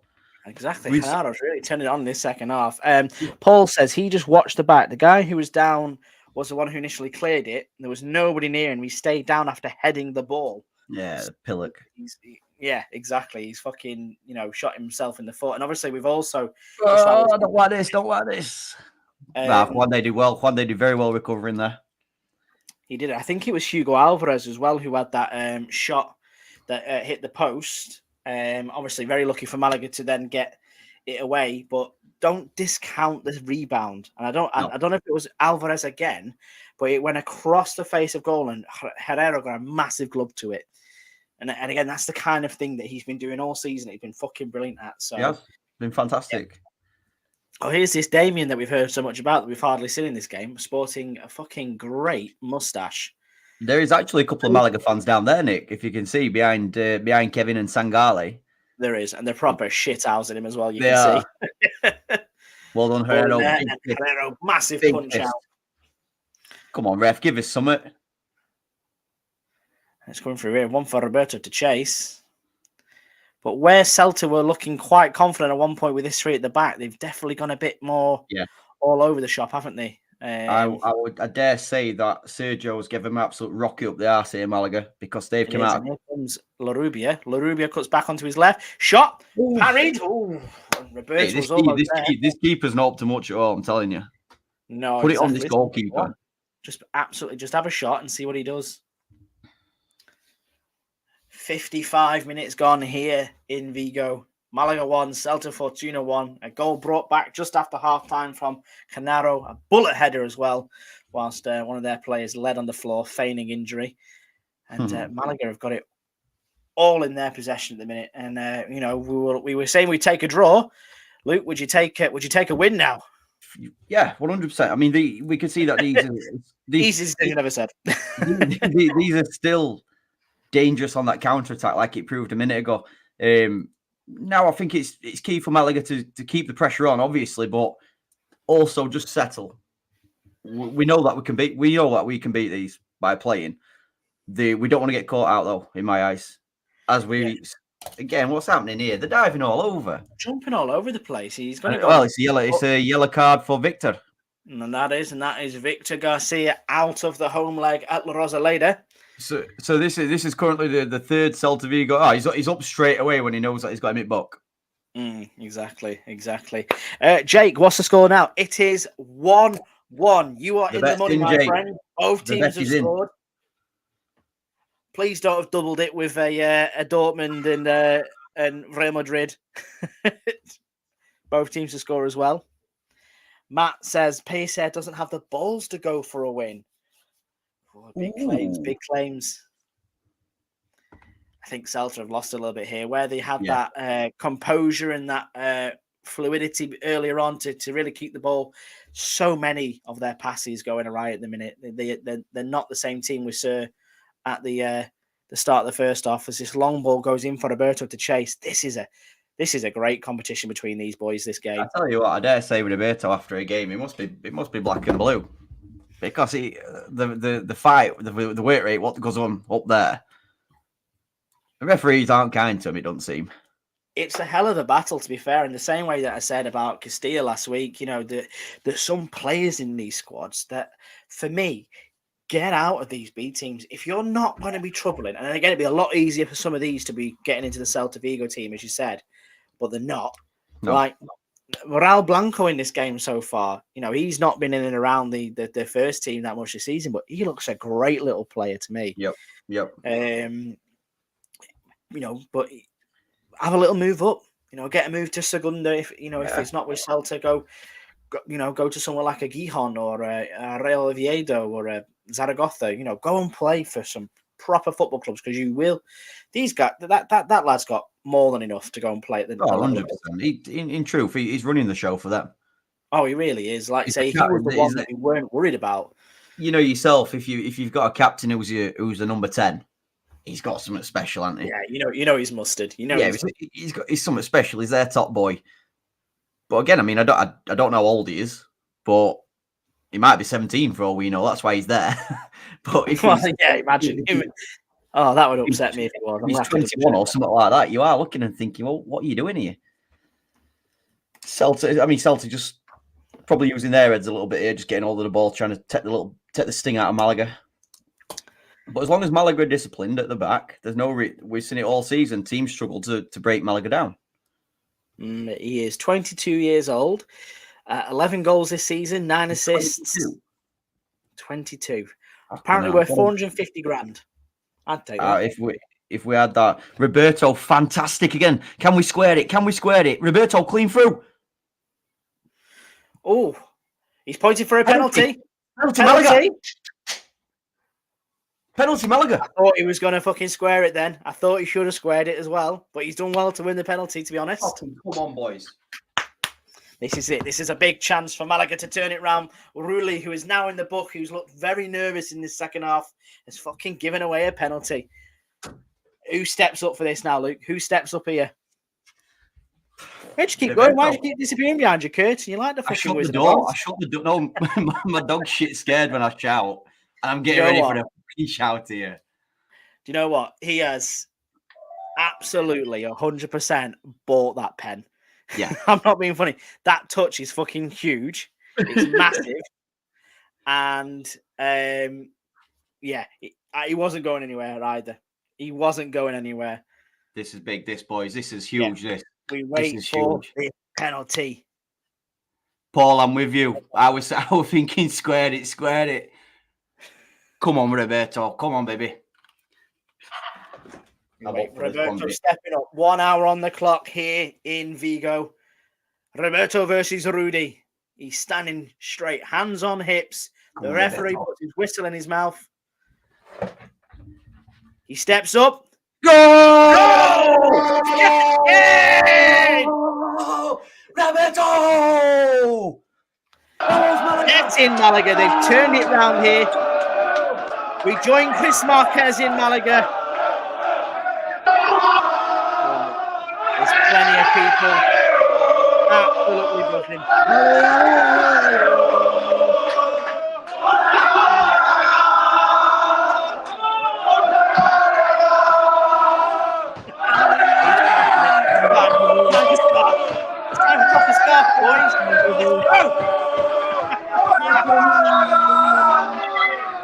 Get in. Come on, boy. Ram says Chris clearly in another Barbie room. Carnage in the stands. 2-1.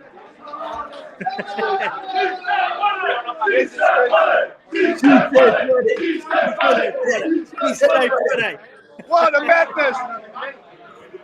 Malaga's not going to bed tonight. Malaga's staying awake. Fantastic. I tell you this. We're scarves on now, boys. We're scarves on. Love you all. Bye. Big kisses.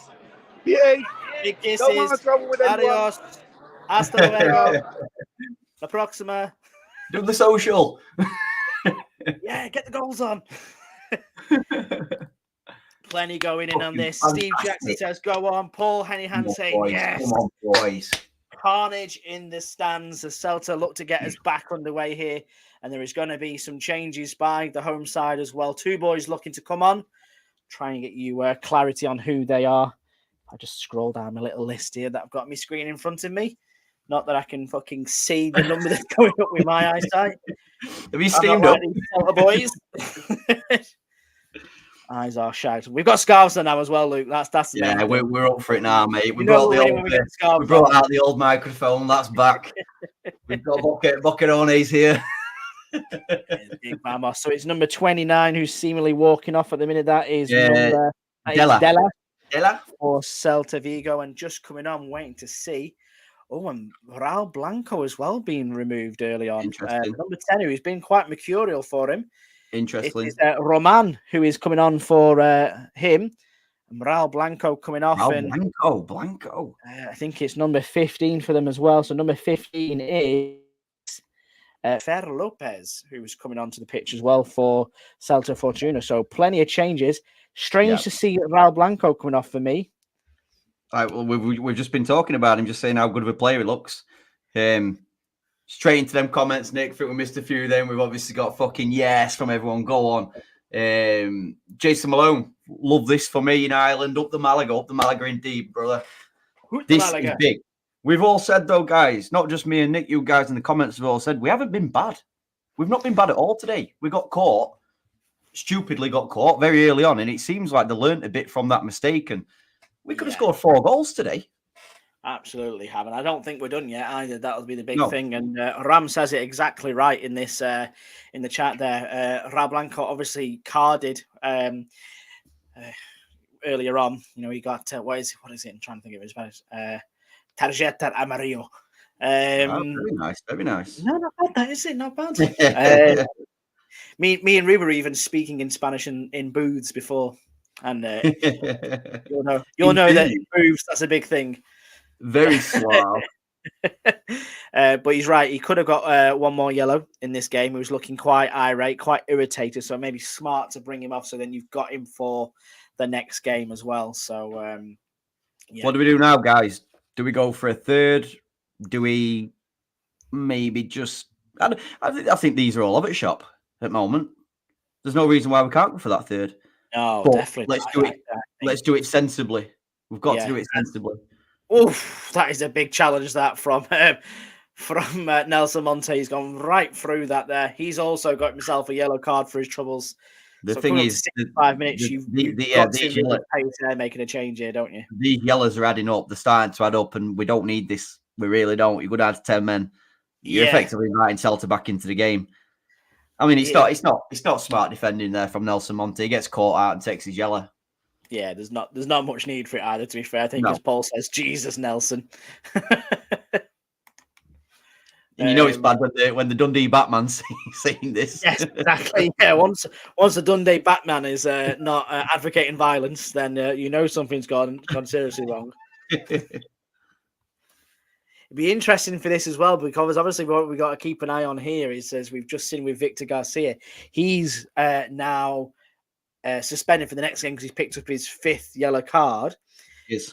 If Nelson Monte, Daniel Lorenzo, people like that have then gone on to 4 yellow cards in this game, then there's obviously a chance he missed the first leg of the next round if Malaga do progress. So it is something to really do the cards carry on then? Do the cards definitely carry on? I think so. Yeah. Like you say, Malaga are making the first change now. Daniel Lorenzo coming off, and I believe it's Lucas Angale. Straight swap. I've got no issues with that. No, exactly. He's protecting his man there a little bit. Daniel Lorenzo, that means he's available for the next game. Sangale coming in, who's played quite well recently. Did you notice this as well, Luke, that Javier Aviles, his loan ended before the playoffs as well? Did it? Yeah, I'm looking at current transfer news here. Official, Javier Aviles ends his loan with Málaga and returns to Leganés. Yeah, I'm wondering that. Thinking that I'm sure I saw him on the bench before. I hope somebody's not done some errors with the computers. If Malaga get kicked out of these playoffs because Aviles of all fucking people. Imagine that. Imagine. You'd like to think he's probably still there. I'm sure I saw his name on the bench. I've just literally scrolled down on B Soccer, who are a reputable news source, especially for all things Malaga. I don't know if you've ever seen their headquarters, Luke, near the airport. No, I don't think so. Yeah, so they got the headquarters not too far from the airport in Malaga. Very jazzy. Very jazzy. Guys, Celta all over. I'm saying there, somebody wrote the end date as the 1st of June, probably, which is today. I hope they've confirmed this. Me Manu too. Molina 6-7 minutes in with another good chance to put the ball in. With one hell of a run up. Better ball, much better ball. Celta deal with it well, but he's going to come back. Malaga aren't allowing Celta on the ball. They're not allowing him to get out. And to be fair, Nick, we've seen Celta take some of the better players off, it seems. Absolutely. I'm just looking at the cards if they do carry over. So Daniel Lorenzo's got 7 cards this year, but it doesn't differentiate if they're yellow or red. No. Roberto's on 7. Ferrero is on 4 as well, apparently. Wasn't aware that he was so. Yeah. Is that including the 2 what led to the red, though? Potentially. So they wouldn't count towards another one. But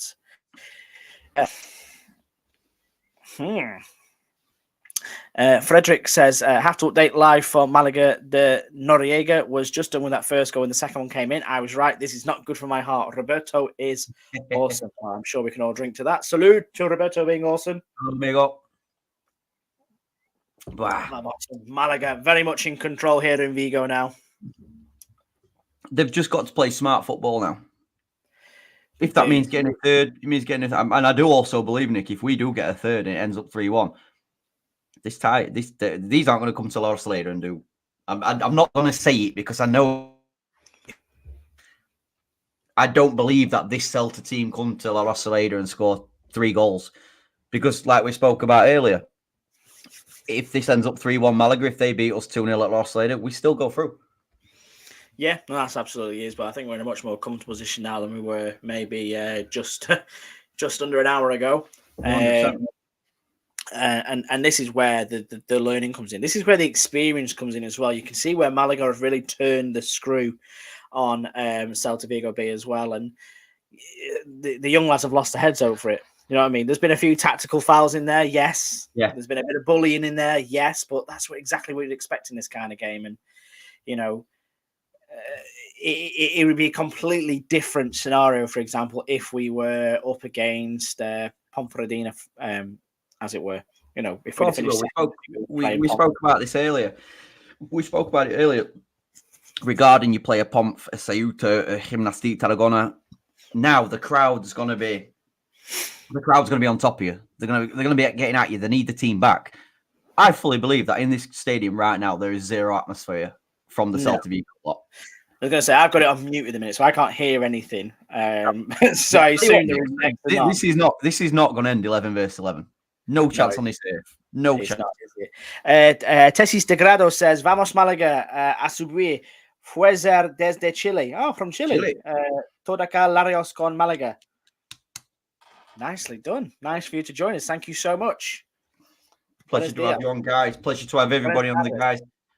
Nick, how's the numbers looking? Are we looking well, mate? 176 of you fabulous people currently tuned in to two blokes from the north of England talking about a club on the south coast of Spain in a playoff in the Spanish third division. Drinking cervezas on a Saturday night. Exactly. We do this for Siempre Málaga. Vamos Málaga. Exactly. For anybody who obviously doesn't know the score, because Mr. Nick Bell still has it as 1-0 Celta Fortuna. I don't know. Shit. Forgot about that. We've got him. But that's Malaga I'm expecting Jake to poke up any minute and ask what score it is. So Malaga are winning 2-1, guys. And yes, there's about 300 yellow cards gone in this game, as Roberto has now just been booked as well. And like I say, I used to have it up here, right? I used to have this lovely banner. And it took so much effort to have to change the score. I used to have to make, as ridiculous as it sounds, like 20 slides or whatever it was, with all the different score variations, like 1-0, 2-0, 3-0, 4-0, 5-0 to whoever. And then it would be 1-1, 2-1, 3, all sorts of things. It became a headache. So I put it in the box in the bottom, and I've completely forgot it exists. So I think luckily the stream when I were hosting, I'm sure it was like a 1-0, very boring game. So it was so easy. I had time to look at the stream to pick my moments, put what I want on. I mean, this is semi-final fucking playoff games. This is hectic. This is what we want. That's exactly what we need, though. 72 minutes on the clock here. Look at that little kid screaming at him. That's what you want to see. Yeah. I'm going 72 minutes, guys, that this red card is going to come out. I don't know who for. I really hope it's a Celta Vigo player, if anything, but this is no way ending up 11 versus 11. I just hope it's not Roberto. Ooh, Roberto. Oh, hello. Roberto pulled down there again. I think it's I'll tell you who shot in this position, Nick. In this position, if we get to 84 minutes kind of thing, I'm taking Roberto off. He's on a yellow card now. To lose someone like Roberto for the playoffs, it would be huge. I wouldn't be taking him off now because the game's nowhere near done. But in the healthy position of currently winning the game, we need to look after one or two bodies, I think. Yeah, but 75 minutes on the clock, I probably would withdraw him. Put the only up there. I think these are looking to wind Roberto up. Yeah, that's exactly it. It's very Rooney Ronaldo feel to it. 100%. Was it World Cup 2006, wasn't it? But yeah, we've got. I mean, for me personally, I'd be looking to get Kevin on any minute, because if there's one thing what Kevin does do, it winds players. I hope he stands on the ball. It winds players on the ball.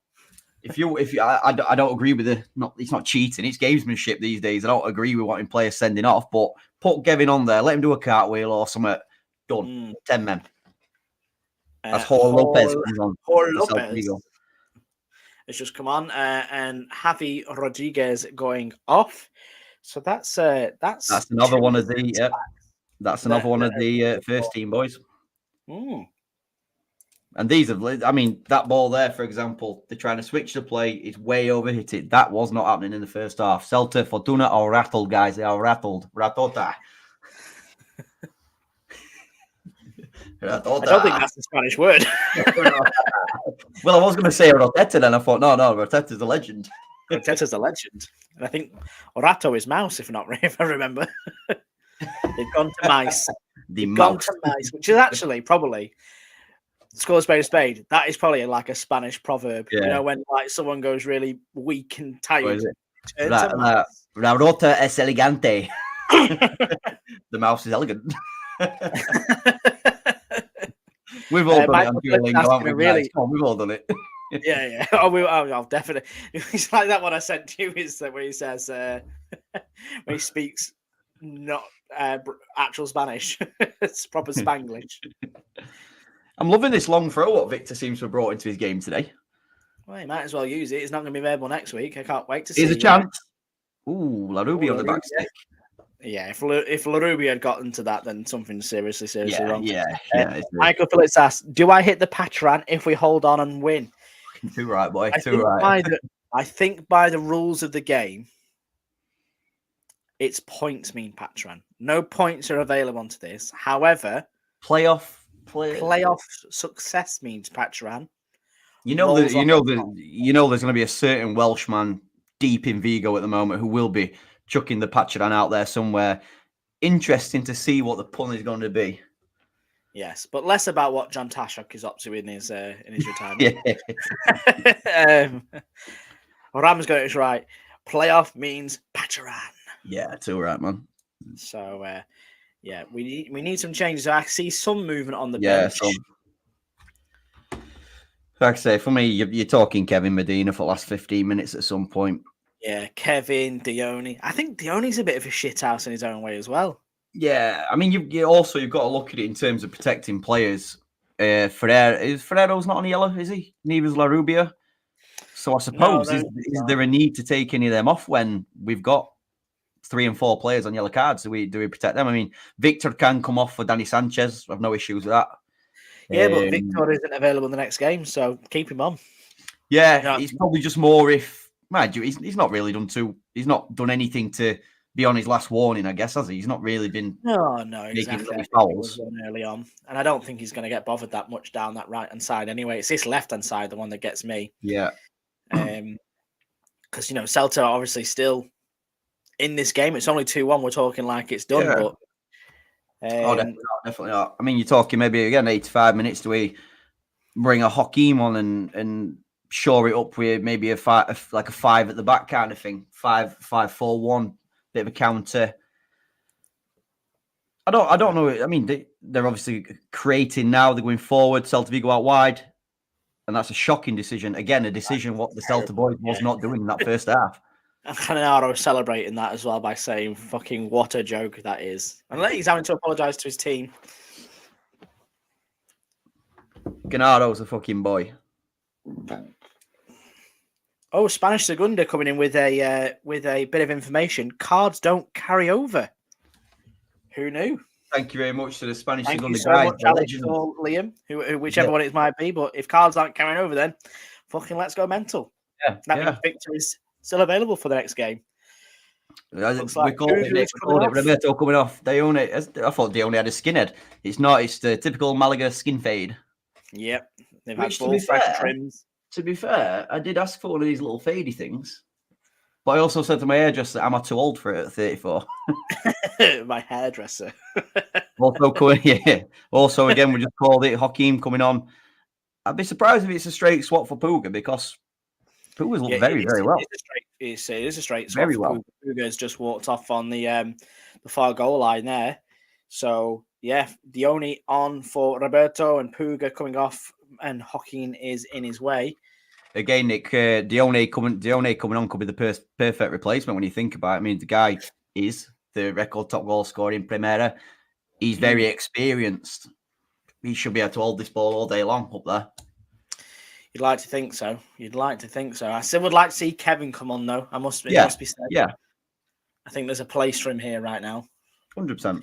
not just for the shithousery element or drawing a foul element as well, but he's actually been much more impressive going backwards than he has been going forwards this season. Yeah. So when they're doubling up on the far side, especially on that right-hand side where it seems to be coming a lot more down there through Rauda now, he's going to be able to track back in there. He's going to be able to help Victor Garcia out, and maybe just sort him out. Hugo Alvarez there, sending my boy Manu Molina for all sorts there. And that's what it's about. At the end of the day, Nick, that's what it's about for these last 14, 15 minutes. See the game out. Don't do out stupid. Azlarubia's good work again. Can we get something out of this? He's done very, very well there. And Hanaro, keep the ball. Perfect. Yeah. Keep the ball. 10 minutes to go here, Luke. I always ask you for sort of your thoughts on Chumbos and Biznagas. Who would you say is looking Biznaga worthy? For me, mate, I just think Roberto's work rate against 3 centre half has been absolutely phenomenal. It really has. Obviously proved a good decision not to square the ball, but we all were hoping and praying he squared it. But fantastic to step up in a pressure moment and take the penalty. I do think the hardest one this week, Nick, is going to be the old Chumbo, because it's a cracking playoff performance away from home. Yeah, are you agreeing with Roberto? What do you think? Yeah, I think a Chumbo would be difficult, especially to say it this time. It'd be too hard. And I dare say when it gets to the playoffs, if not needed, we can disqualify Chumbo. I agree wholeheartedly with everything you said about Roberto there. Yeah. And you know what? He probably will get it. Ferrero as well has been really, really good in this, keeping the ball quite close to his feet and, just open up things that, other people haven't done in this game. But Canaro for me in this game has been brilliant. Obviously he's got the goal, but he's been the motivator. He's been the engine. He's taking the challenge of cutting things down, especially when Celta Vigo have started to come a lot more centrally. That's what I've noticed in this second half, is that they want to go narrow. They want us to play inside. Hugo Alvarez isn't doing the overlapping shit he was doing the first half where they had success. He's cutting in onto his right and taking more shots. So I think because they haven't allowed him to do it. They haven't allowed him to do it. I mean, how many games this season have we said Malaga's not used the head? They've used their head today. They really have. No, exactly. They've really asserted themselves in the second half, and it's possibly one of the most impressive performances I've seen out from this season. I was just about to say the exact same thing. I don't want to jinx out, because if we concede late on, it's still a good result. But we want to get the win. We want to not kill it, because there's still fucking 90 minutes to go. But I think we've been very good today in my eyes. Really, really good. We switched off for the goal. Yeah. If you get a third you go into that game at La Rosaleda with your tail up massively. You know what I mean? And again, this will be the thing that they'll struggle with. I'm not going to pretend that I know everything about Celta Vigo Bay, but like I said, the kids they don't react the same way that you see your heads would usually do. It will take a lot for a manager in training that week to make sure that they're in the right mindset, because the thing that's going into my head on Sunday morning, if I'm a Celta Vigo Bay player, especially Yal Largo, is thinking, shit, I've got to do that for another fucking 90 minutes against Roberto. He fucking kick the shit out of me for 90 minutes. But also the thing is, Nick, these have got to do it again in a packed house, La Rosaleda. Yes. A fucking cauldron of a ground. These will not want to turn up and do that. They won't want this. Well, Dione does very Make that place as loud as they can, etc. I mean, Dione's got to do much better there. He does. I don't know why he's going down far too easily. It's not necessary. No. But look at Canaro leading from the front here, just pressure. You've got to look. I mean, you've got to look at Roberto. It takes a fucking bulldozer to put him down. Dione needs to be the same. Get your body, big arms out, etc. That were too easy for me. As we're going into effectively, it's 83rd minute, guys. I do believe there's going to be at least 3 minutes. Can we hold on? Well, I'm not even going to say, can we hold on? Can we get a third? Can we just play this game sensibly? In the comments, guys, what are your thoughts on this performance? I mean, I know me and Nick are waxing lyrical about it, because for me, it has been that good. It really has. I think after the first 15 minutes aside, it was looking dark. We were praising Celta for the way they were playing. They were playing with a confidence. And I have no issue with that, Nick. They were looking good to start with, weren't they? No, absolutely. And I think as I said before, that is possibly the best thing that could have happened to Malaga is that they've seen actually they can get to us, so we need to step it up a little bit. We can't just sit back and let these lads play their football in front of us for 90 minutes. Yeah, we've got to go for them, and they've been rewarded as such. Like I say, it's not just the 2 chances that we've converted that have been there. We've had opportunities from Canaro from distance. We've had Roberto's headers. We've had all sorts of stuff, and it's just dangerous here though. Again, better defending, sensible defending. Yeah, they're shooting from 40 yards out now. They weren't doing that before. Oh, get in, Herrero. I've just punched the mic up. Well done, Herrero. Lean down for the come on, man. But that Hugo Alvarez has really started to come into things in the last 10 minutes as well. And he's looking lively. Where Alfona's dropped off, he's really sort of stepped up. We don't want to go too deep here. There's no reason why for this last 10 minutes we need to be too deep. We need to be disciplined, but not sit on our half. There's no need for that. This boy looks well out here against Hakeem all of a sudden. Yeah, that's that Hugo Alvarez. That's the lad. Is that Alvarez? Yeah, who was involved in the first goal, but then went quite quiet. Faded behind Alfon, but certainly in the last 10, 15 minutes, he's come into it a lot more. Exactly. Going a lot more direct as well, cutting in onto his right foot where he's been usually doing the overlapping thing. Yeah. And, again, we're giving him that space. There's no need for us to give him that space out here now. Frederick, you speak for everybody, mate. I promised myself not to start thinking this might be possible. A promotion. I continue to tell myself not to entertain that thought. The disappointment will be great, but still there's hope. And that's the thing what keeps us going. There is hope. Winning this, taking us into that final gives us hope. Big belief. It really does. Hockey needs to do better there, to be fair. Yeah. Hockey may play that for the majority of the season. We praised his defensive work. But just recently, it just seems to be off the boil a bit. As here comes the boy, Kevin. Here he comes. Somebody says to Matt Harrison, 12-hour journey. You win 2-1 away in Vigo, and Kevin Medina comes on. That makes that boy's day. And Canaro is also heading off here as well in the last 5 minutes. 4 minutes of regular time still to go. I imagine it's probably going to be Juanpe, I would say. Juanpe, step up. Yeah, we need you, Juanpe, now. We slagged you off in the review show last week, but we need you now. And he deserved it. Alphonse came off. Yeah, it goes Alphon as well. Because them Malagista boys down there. Give him some shit, boys. They won't bother, will they? They're probably too tired. This is the fucking thing. Look at that lad then. Shaking his little kid's hands. Just fucking shake his hand. He's been cheering you on. You're not even the fucking first team, and he probably thinks he's the dog's bollocks because he plays for Celta Vigo B. Get in the fucking bin, you dick. I was a bit angry. I do apologise for that one, but I just hate to see players like that. You ever seen the ones where they're walking into the stadium and they've got their headphones in, they're zoned out, and I get little Louis Vuitton bag, that's a silly foul. Yeah, that is a silly foul for you. I'm from the days when you'd fucking have an autograph book and you'd wait outside and they sign them on the way in and all that. I just don't get it anymore, do they? No, not at all, mate. Not at all. Especially at this level. I mean, what if you've got fans and everything cheering you on? You should have biggest hard on going, if you know what I mean. They're not involved. They're not pros and all like that. Appreciate these times. I'm gonna make a wild analogy here or comparison. Do you know who Kevin reminds me of if we was to look at 2005 to 2015 EFL? 2005 to 15. Go on. He reminds me a bit of Ross Wallace. I mean, Ross Wallace wouldn't have been the first name. We might have been here a while. Shithouse. A proper little shithouse. Clever footballer, very direct, great left foot.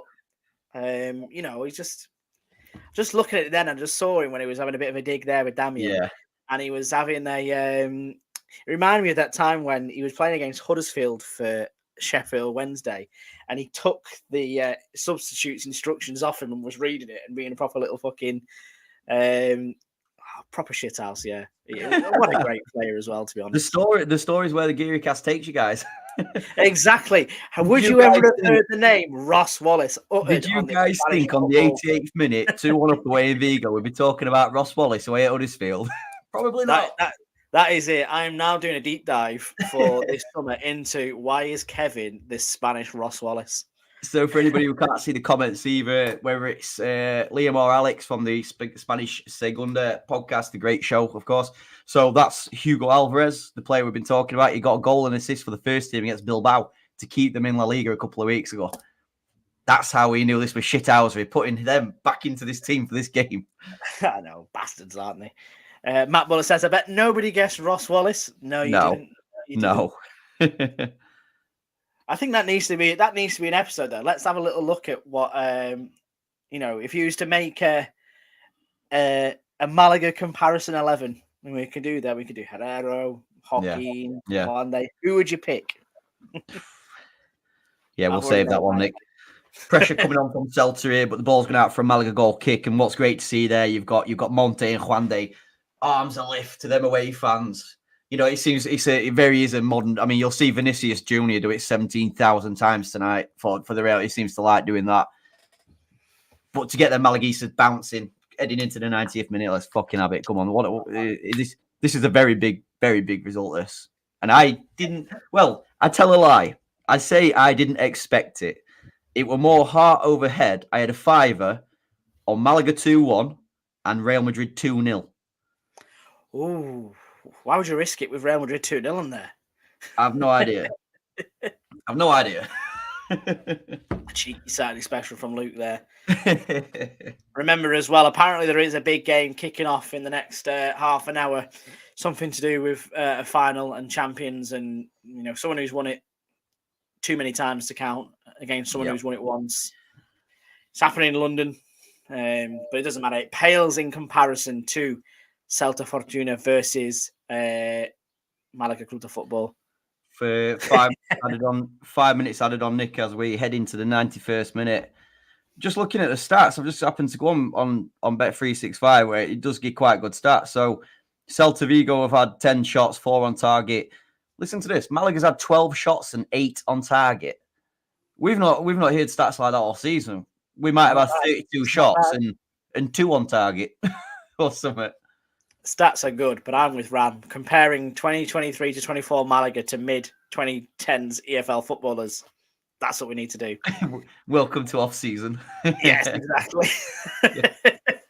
Who else?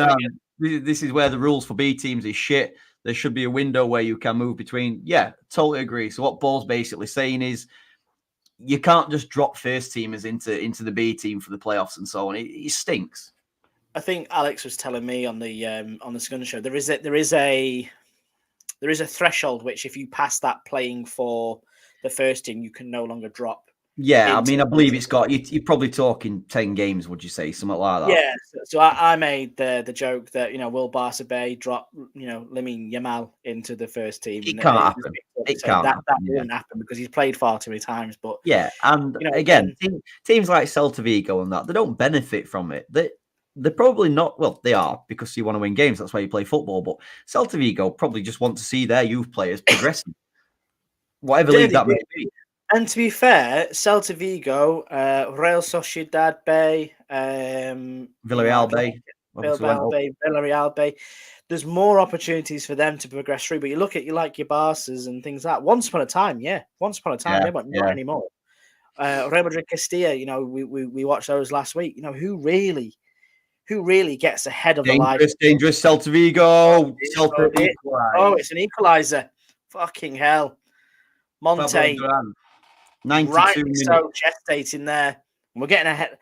Michael says in the comments, let's not get too carried away. It's only half time. Yeah. Well, Celta are fucking scored in the 92nd minute. And it's all back to square. Yeah. Great little goal from Pablo Duran. He was hungry for it. Again, He showed really good reflexes. Were we very high there? Do you need to be that high with 3 minutes left? Let's have a little look here how this gets through. It's just pace again. Yeah, he's just got in the right side of it. Not being funny, Nick. You've got a back three there. Juande, with his experience. Is there a lack of communication to Nelson Monte there that there is a player running in behind him? Like that, it's a great run and a great finish, but should that be happening against a back three at that point in the game? I don't think it should. No, it's a lovely through ball though from Bruno Iglesias. It's just the pace. It's the pace again. We haven't got the fucking pace. But guys, yes, this hurts now because of the minute it's in. But when we were 1-0 down, would we have took a 2-2? Absolutely. Anyway, I'm not being funny. We've still got minutes left. Michael says it absolutely right. He says it's it's only half time. Yeah, we could have got in 2-1, and we've got a 1-goal advantage going into the next leg, but that's fine.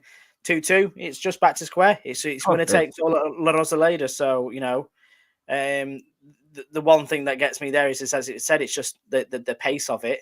Yeah, and come on, boys. There's no reason we can't. It shows where we are weak a little bit. Yeah, Wayne, exactly. Wayne says it as well. Disappointing, point but would we have taken a draw. 100%. I mean, there's still time. There's probably only maybe 60 Finish. seconds left. Oh, that is a sitter. Oh, honestly. Fucking Dione, come on, man. My God, why can't this man finish? How is he the fucking top goal scorer for this level? No idea. I don't understand it. That is a peach of a ball. I think it was Kevin who whipped it onto his right foot. That is a sitter. The mixer perfectly. That is Roberto. That is hitting the back of the net. That is a sitter. I don't get Dione at all. He's just not the confidence player that he was at previous clubs like Baleares last season, for example. He fucking scored a heap full of goals last year. Right. The main thing is not to concede a third now. Just sensible. For me, that the ball doesn't need to be chipped into Dione in the centre of the park. Just stick it down line. Play down the tunnel and run. Get your defence out.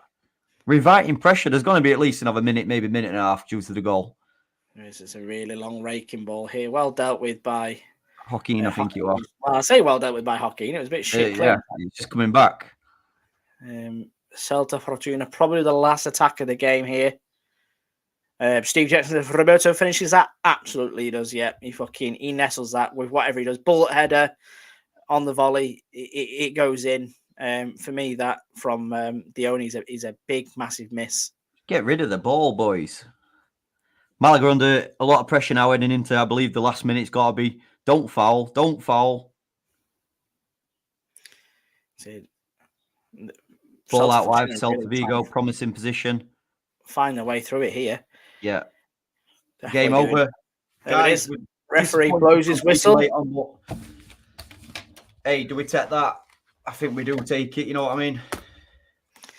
Yeah, definitely. I think there's no two ways about it. At the end of the day, we've not lost. No. We're not 4-0 down.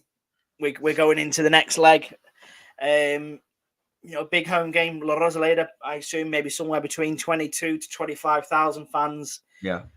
Helping them push them over. The one thing I'll take from that is that their manager will be looking at is we can get at them if we just go for that towards the end. Yeah, all pace. If they can drag Malaga out to a high line, we'll be in the shit effectively. The great thing to see here, a lot of the Malaga players, I'm not sure who is, but they're basically rallying the troops and saying, "Get over here," because them fucking fans who's travelled 12 hours on a bus and stuff, they deserve every round of applause here. And Malaga are such a great club for appreciating the fans. Yeah, absolutely. It hurts that because it's a 93rd minute goal, but like I say, it's not a bad result at all. Just no, you put it on the other foot, and you go, if we'd have scored a last minute, 93rd minute equaliser, it gets you up. We'd be fucking buzzing with it. Yeah. So it is what it is. It was said before. It's half time now. We go again next Saturday. It is a 7:30 kickoff in the evening, so a really nice time in the evening as well. Hopefully get everybody into La Rosaleda to get that place bouncing, and then it's just Malaga 90 minutes away from a playoff final. You've got to remember as well is that it's 2-2, but Malaga have that advantage. So if it finishes 2-2 after 90 minutes in extra time in the next game, Malaga do progress through. So just going to be full hand. Cheers, like, speak soon off to fight some crime. You'll behave yourself. Yeah, the Dundee night. Irish Logger says 2-2. You'd have taken that before the game, just frustrating conceding so late. But on to the positives. Home next week. Fill the stadium, build the atmosphere, and a nice win would be good. Michael says, nice one, lads. Bring on next Sunday. It's next Saturday, the game, Michael, so don't forget to tune into that one. Got a fully sit side, no Reds. Favourites at home, decent, says Wayne. Yeah. And Ram says he would have taken that before the game, but conceding that late is just not great. Yep. So, guys, thank you very much, Frederick. Yeah, guys, everyone out there, I'm sure you'll hear about it on the pod, but we do apologise in a way. There is going to be no live stream next week due to 4 of the 5 members of the GearyCast being in La Rosaleda. I, unfortunately, am the very, very jealous and the one what's missing out due to taking my wife out for her birthday.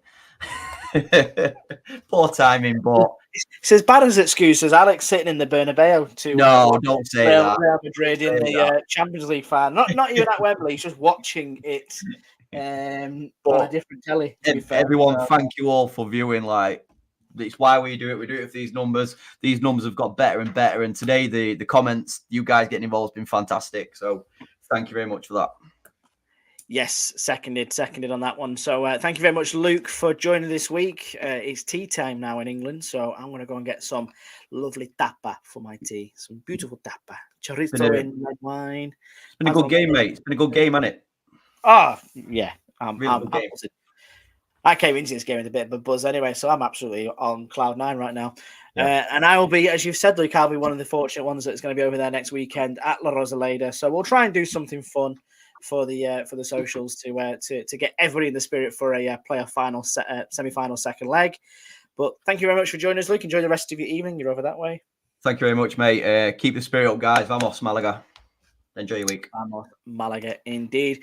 We'll see you all soon. There's going to be a review show of this game coming out on Tuesday, and then we'll also have a little cheeky preview ahead of the next Celta Fortuna game. Obviously, not masses would have changed, but it's always good to talk about the what could happen and where we could go next. I've been Nick Bell. You've been watching the GearyCast live in a playoff semi-final against Celta Fortuna. Adios, vamos, Malaga.